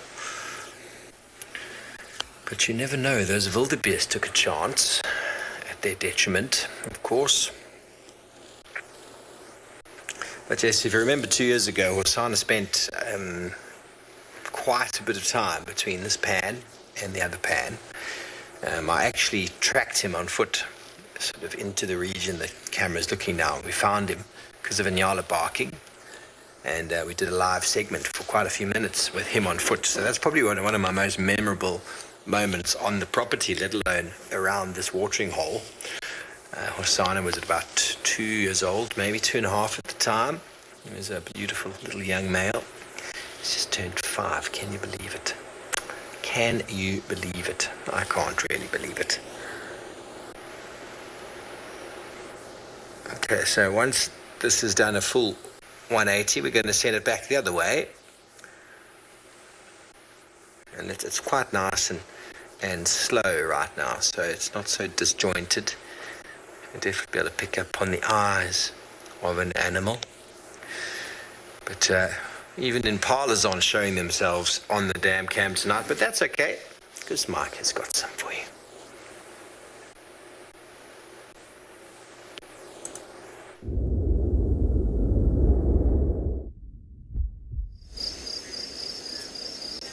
So just at the edge of the infrared light, the hyena is moving right into the midst of this impala herd. And it's just zigzagging up and down. It really looks as though it might be trying to investigate if there are any weak individuals that it can maybe chase down. Now, it's not often seen, but hyenas are very adept hunters of weak animals. They will actively chase down and hunt animals that are showing signs of injury. So you can see the impala trotting around back and forth. Now, it's very dark tonight with the cloud cover. So it also means that maybe this hyena, with its incredible nocturnal vision, might be able to get quite close to one of these impalas in the confusion and maybe snap up one of those youngsters. But I can't see where it is now. I suspect it's moved off to the right of the screen. You can see the eyes of those impalas shining. They're all looking just over to the right a little bit. So I suspect that hyena is somewhere beyond these trees now, too far for our infrared lights to reach. But amazing what we can see, what these animals do at night. Well, normally we would have our spotlight, but we wouldn't be able to shine down there because of all these impalas that are moving around. So this makes it a lot more interesting to be able to actually see what happens. And now it's moved off. I suspect it's heading down towards that thicket. Priscilla, impalas don't really sleep a whole lot. If I'm honest, you see these impalas right now, they're very alert. They're all bunched together for the most part. Some animals are heads up looking around, some animals not. Now, they might well lie down, but only in big groups like this, Priscilla. So you might find that some of the youngsters will lie down and sleep for a short time whilst others look out for danger. And then you might find that they'll take turns. It's not an organized structure, but there'll always be some up and looking around, and some then can take short breaks. Often I've seen during the daytime, impalas will rest in the shade as long as there's others around. At night they need to be very, very alert, because remember, impalas, especially these young ones, are on absolutely everything's menu, from leopards and lions to hyenas, and then during the day cheetahs, of course, will catch them and eat them. Even jackals can be out tonight, could chase down and catch the young impala lambs. So they really have to be very, very alert. And that's why they come to this open clearing at night, in order to have the best chance possible of spotting danger approaching them. Seems calm right now, but we know that Lioness is nearby. And the wind has dropped dramatically. There's hardly a breeze right now, so it's very possible she could sneak up. Kylie, hyenas are not really... Oh, what's happening? Sorry, 1 second. There's just a bit of alarm calling happening and some running around. I think it was just two males having a bit of a clash. So Kylie, that hyena might call the rest of its clan if it saw a good opportunity to take down a large animal, or maybe if there was something that they needed to defend against, some lions or another clan of hyenas. On its own, this hyena is just foraging. It's just looking for something to eat. And so there's no real need to call the rest of the clan. They are going to be heading in all different directions to forage for the night, and if any of them do find something large enough to be shared amongst many, they might call and bring the rest of the clan. But no need to get everyone excited when all you're doing is walking around looking for something. So that's why. And the clan here is quite large. The Pridelands clan is, I don't know, we've counted sometimes more than 12 individuals at the den site, and there must surely be more away from the den at the same time. So it's quite a powerful clan.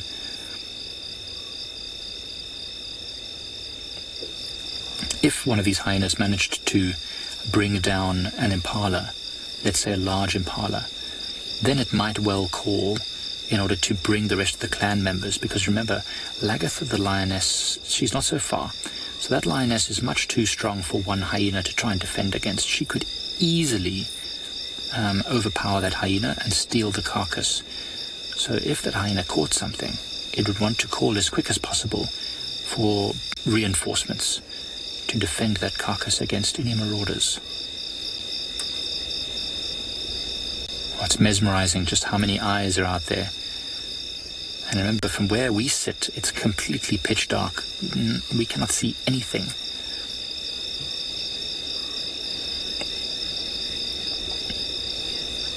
Bianca, I don't think so.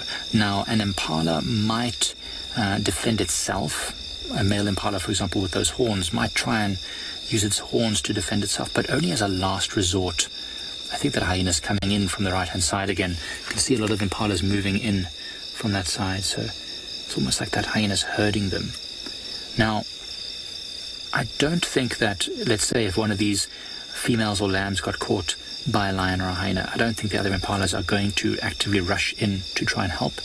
What they do sometimes do is start alarm calling very aggressively and stamping their feet and then sort of walking towards the predator. Now, it's not often that it actually works, but I've seen it used on a single leopard, a female. Although it didn't stop her from dragging the kill off, it did feel as if it had a sort of intimidating quality. But no, they're not like buffaloes. Buffaloes are very powerful. They really have their strength and size to their advantage, whereas, I mean, if one of these impalas rushed a leopard or a lion to try and chase it off, likely it will become a meal in itself. Remember, it's one of the basic rules of predation. Generally speaking, predators will hunt animals smaller than themselves. So a buffalo is larger than a lion, so it's able to defend itself from that lion most of the time. An impala is significantly smaller than a lion, so it's not really going to work trying to defend itself.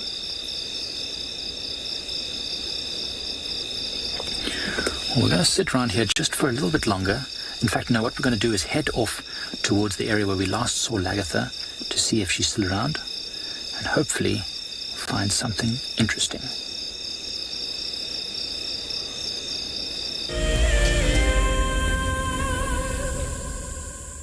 So, my dear, I do find you most attractive when you're covered in bird lice.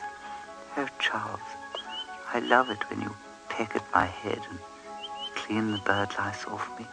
Let me say hello to Barry here. Hello, Barry. I'm just going to examine you for some bird lice. Charles, I don't know if I'm comfortable with that. Oh, all right. I shall look for bird lice on myself then.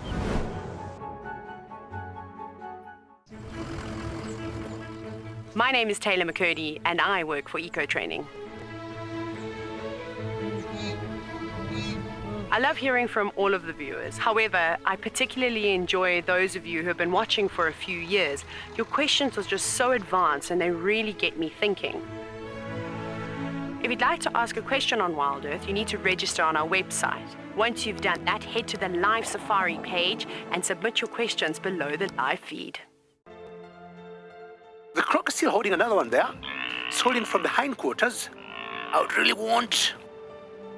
The wildebeest cross is trying. The croc is holding the tail. It's holding tight. Oh no. Goodness me. Lucky, lucky wildebeest. You have another day to live. Expect the unexpected here on Wild Earth daily. My name is Moritz and I come to you live every day from Tswalu Kalahari here in South Africa. My favorite thing is probably the predators. And as you can see, we're looking at some of them right now. These are the kings of the Kalahari. Spending time with the cats, it's just a privilege. And I love their behavior, you know, the more that you look at them, just the power and the sheer beauty and elegance of them. Catch up with the guides daily here on Wild Earth. The reason why we see that wildebeest by himself is because he's a male, or a bull, as we typically would call him. And what he does is that he marks and defends an area. Essentially, he is looking for the ultimate piece of land or prime property. Needs to have good grazing, needs to have a water source close by, and not too far away from here there's a sickle bush thicket that would provide just enough shelter from the wind and the rain. Catch up with the guides daily here on Wild Earth.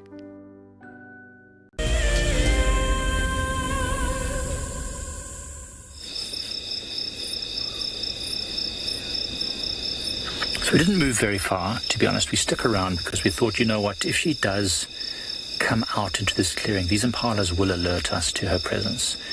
So decided just to stick around just over here, because it's so interesting to watch them at night. This is actually, if I tell you all, the first time I've been able to view impalas at night completely in the darkness without any sort of light on them. It's quite fascinating.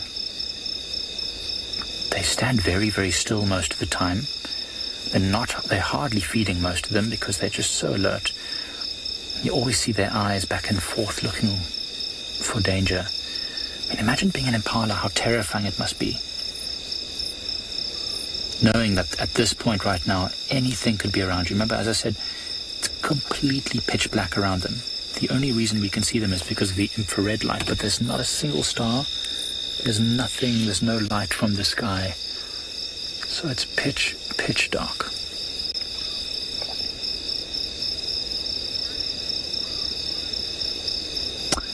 Casey, those glowing eyes are just wonderful. And they do look a bit like stars. And we had lots of fireflies recently as well, erupting from the valleys and the drainage lines. But you know what? Those glowing eyes are very, very special and important to all the animals that have them. There's a special membrane at the back of the eye called a tapetum lucidum, which actually reflects it's right at the back of the eye, behind the retina even, so it reflects the light twice. It goes once through the retina, reflects off the back of the eye, and then again into the sensory organs that allow the impala to decipher what it's seeing. And so it can in effect see twice as well as it would otherwise, which is pretty fantastic. Still doesn't mean that they can see perfectly. On these dark nights, there's not much ambient light for them to magnify, so it means they're not really going to be seeing a whole lot. Hopefully, these impalas will survive the night. Who knows what might happen.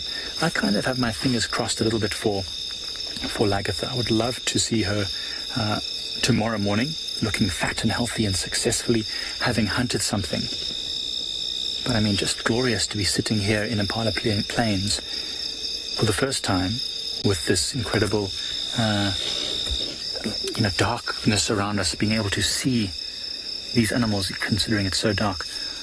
Now, don't forget to join us tomorrow morning, where we'll get to give you an update about what's happening here, whether Lagatha hunted successfully, how those cheetahs are doing. Listen to that. The hyena is saying goodbye to you. Somewhere just off to our left.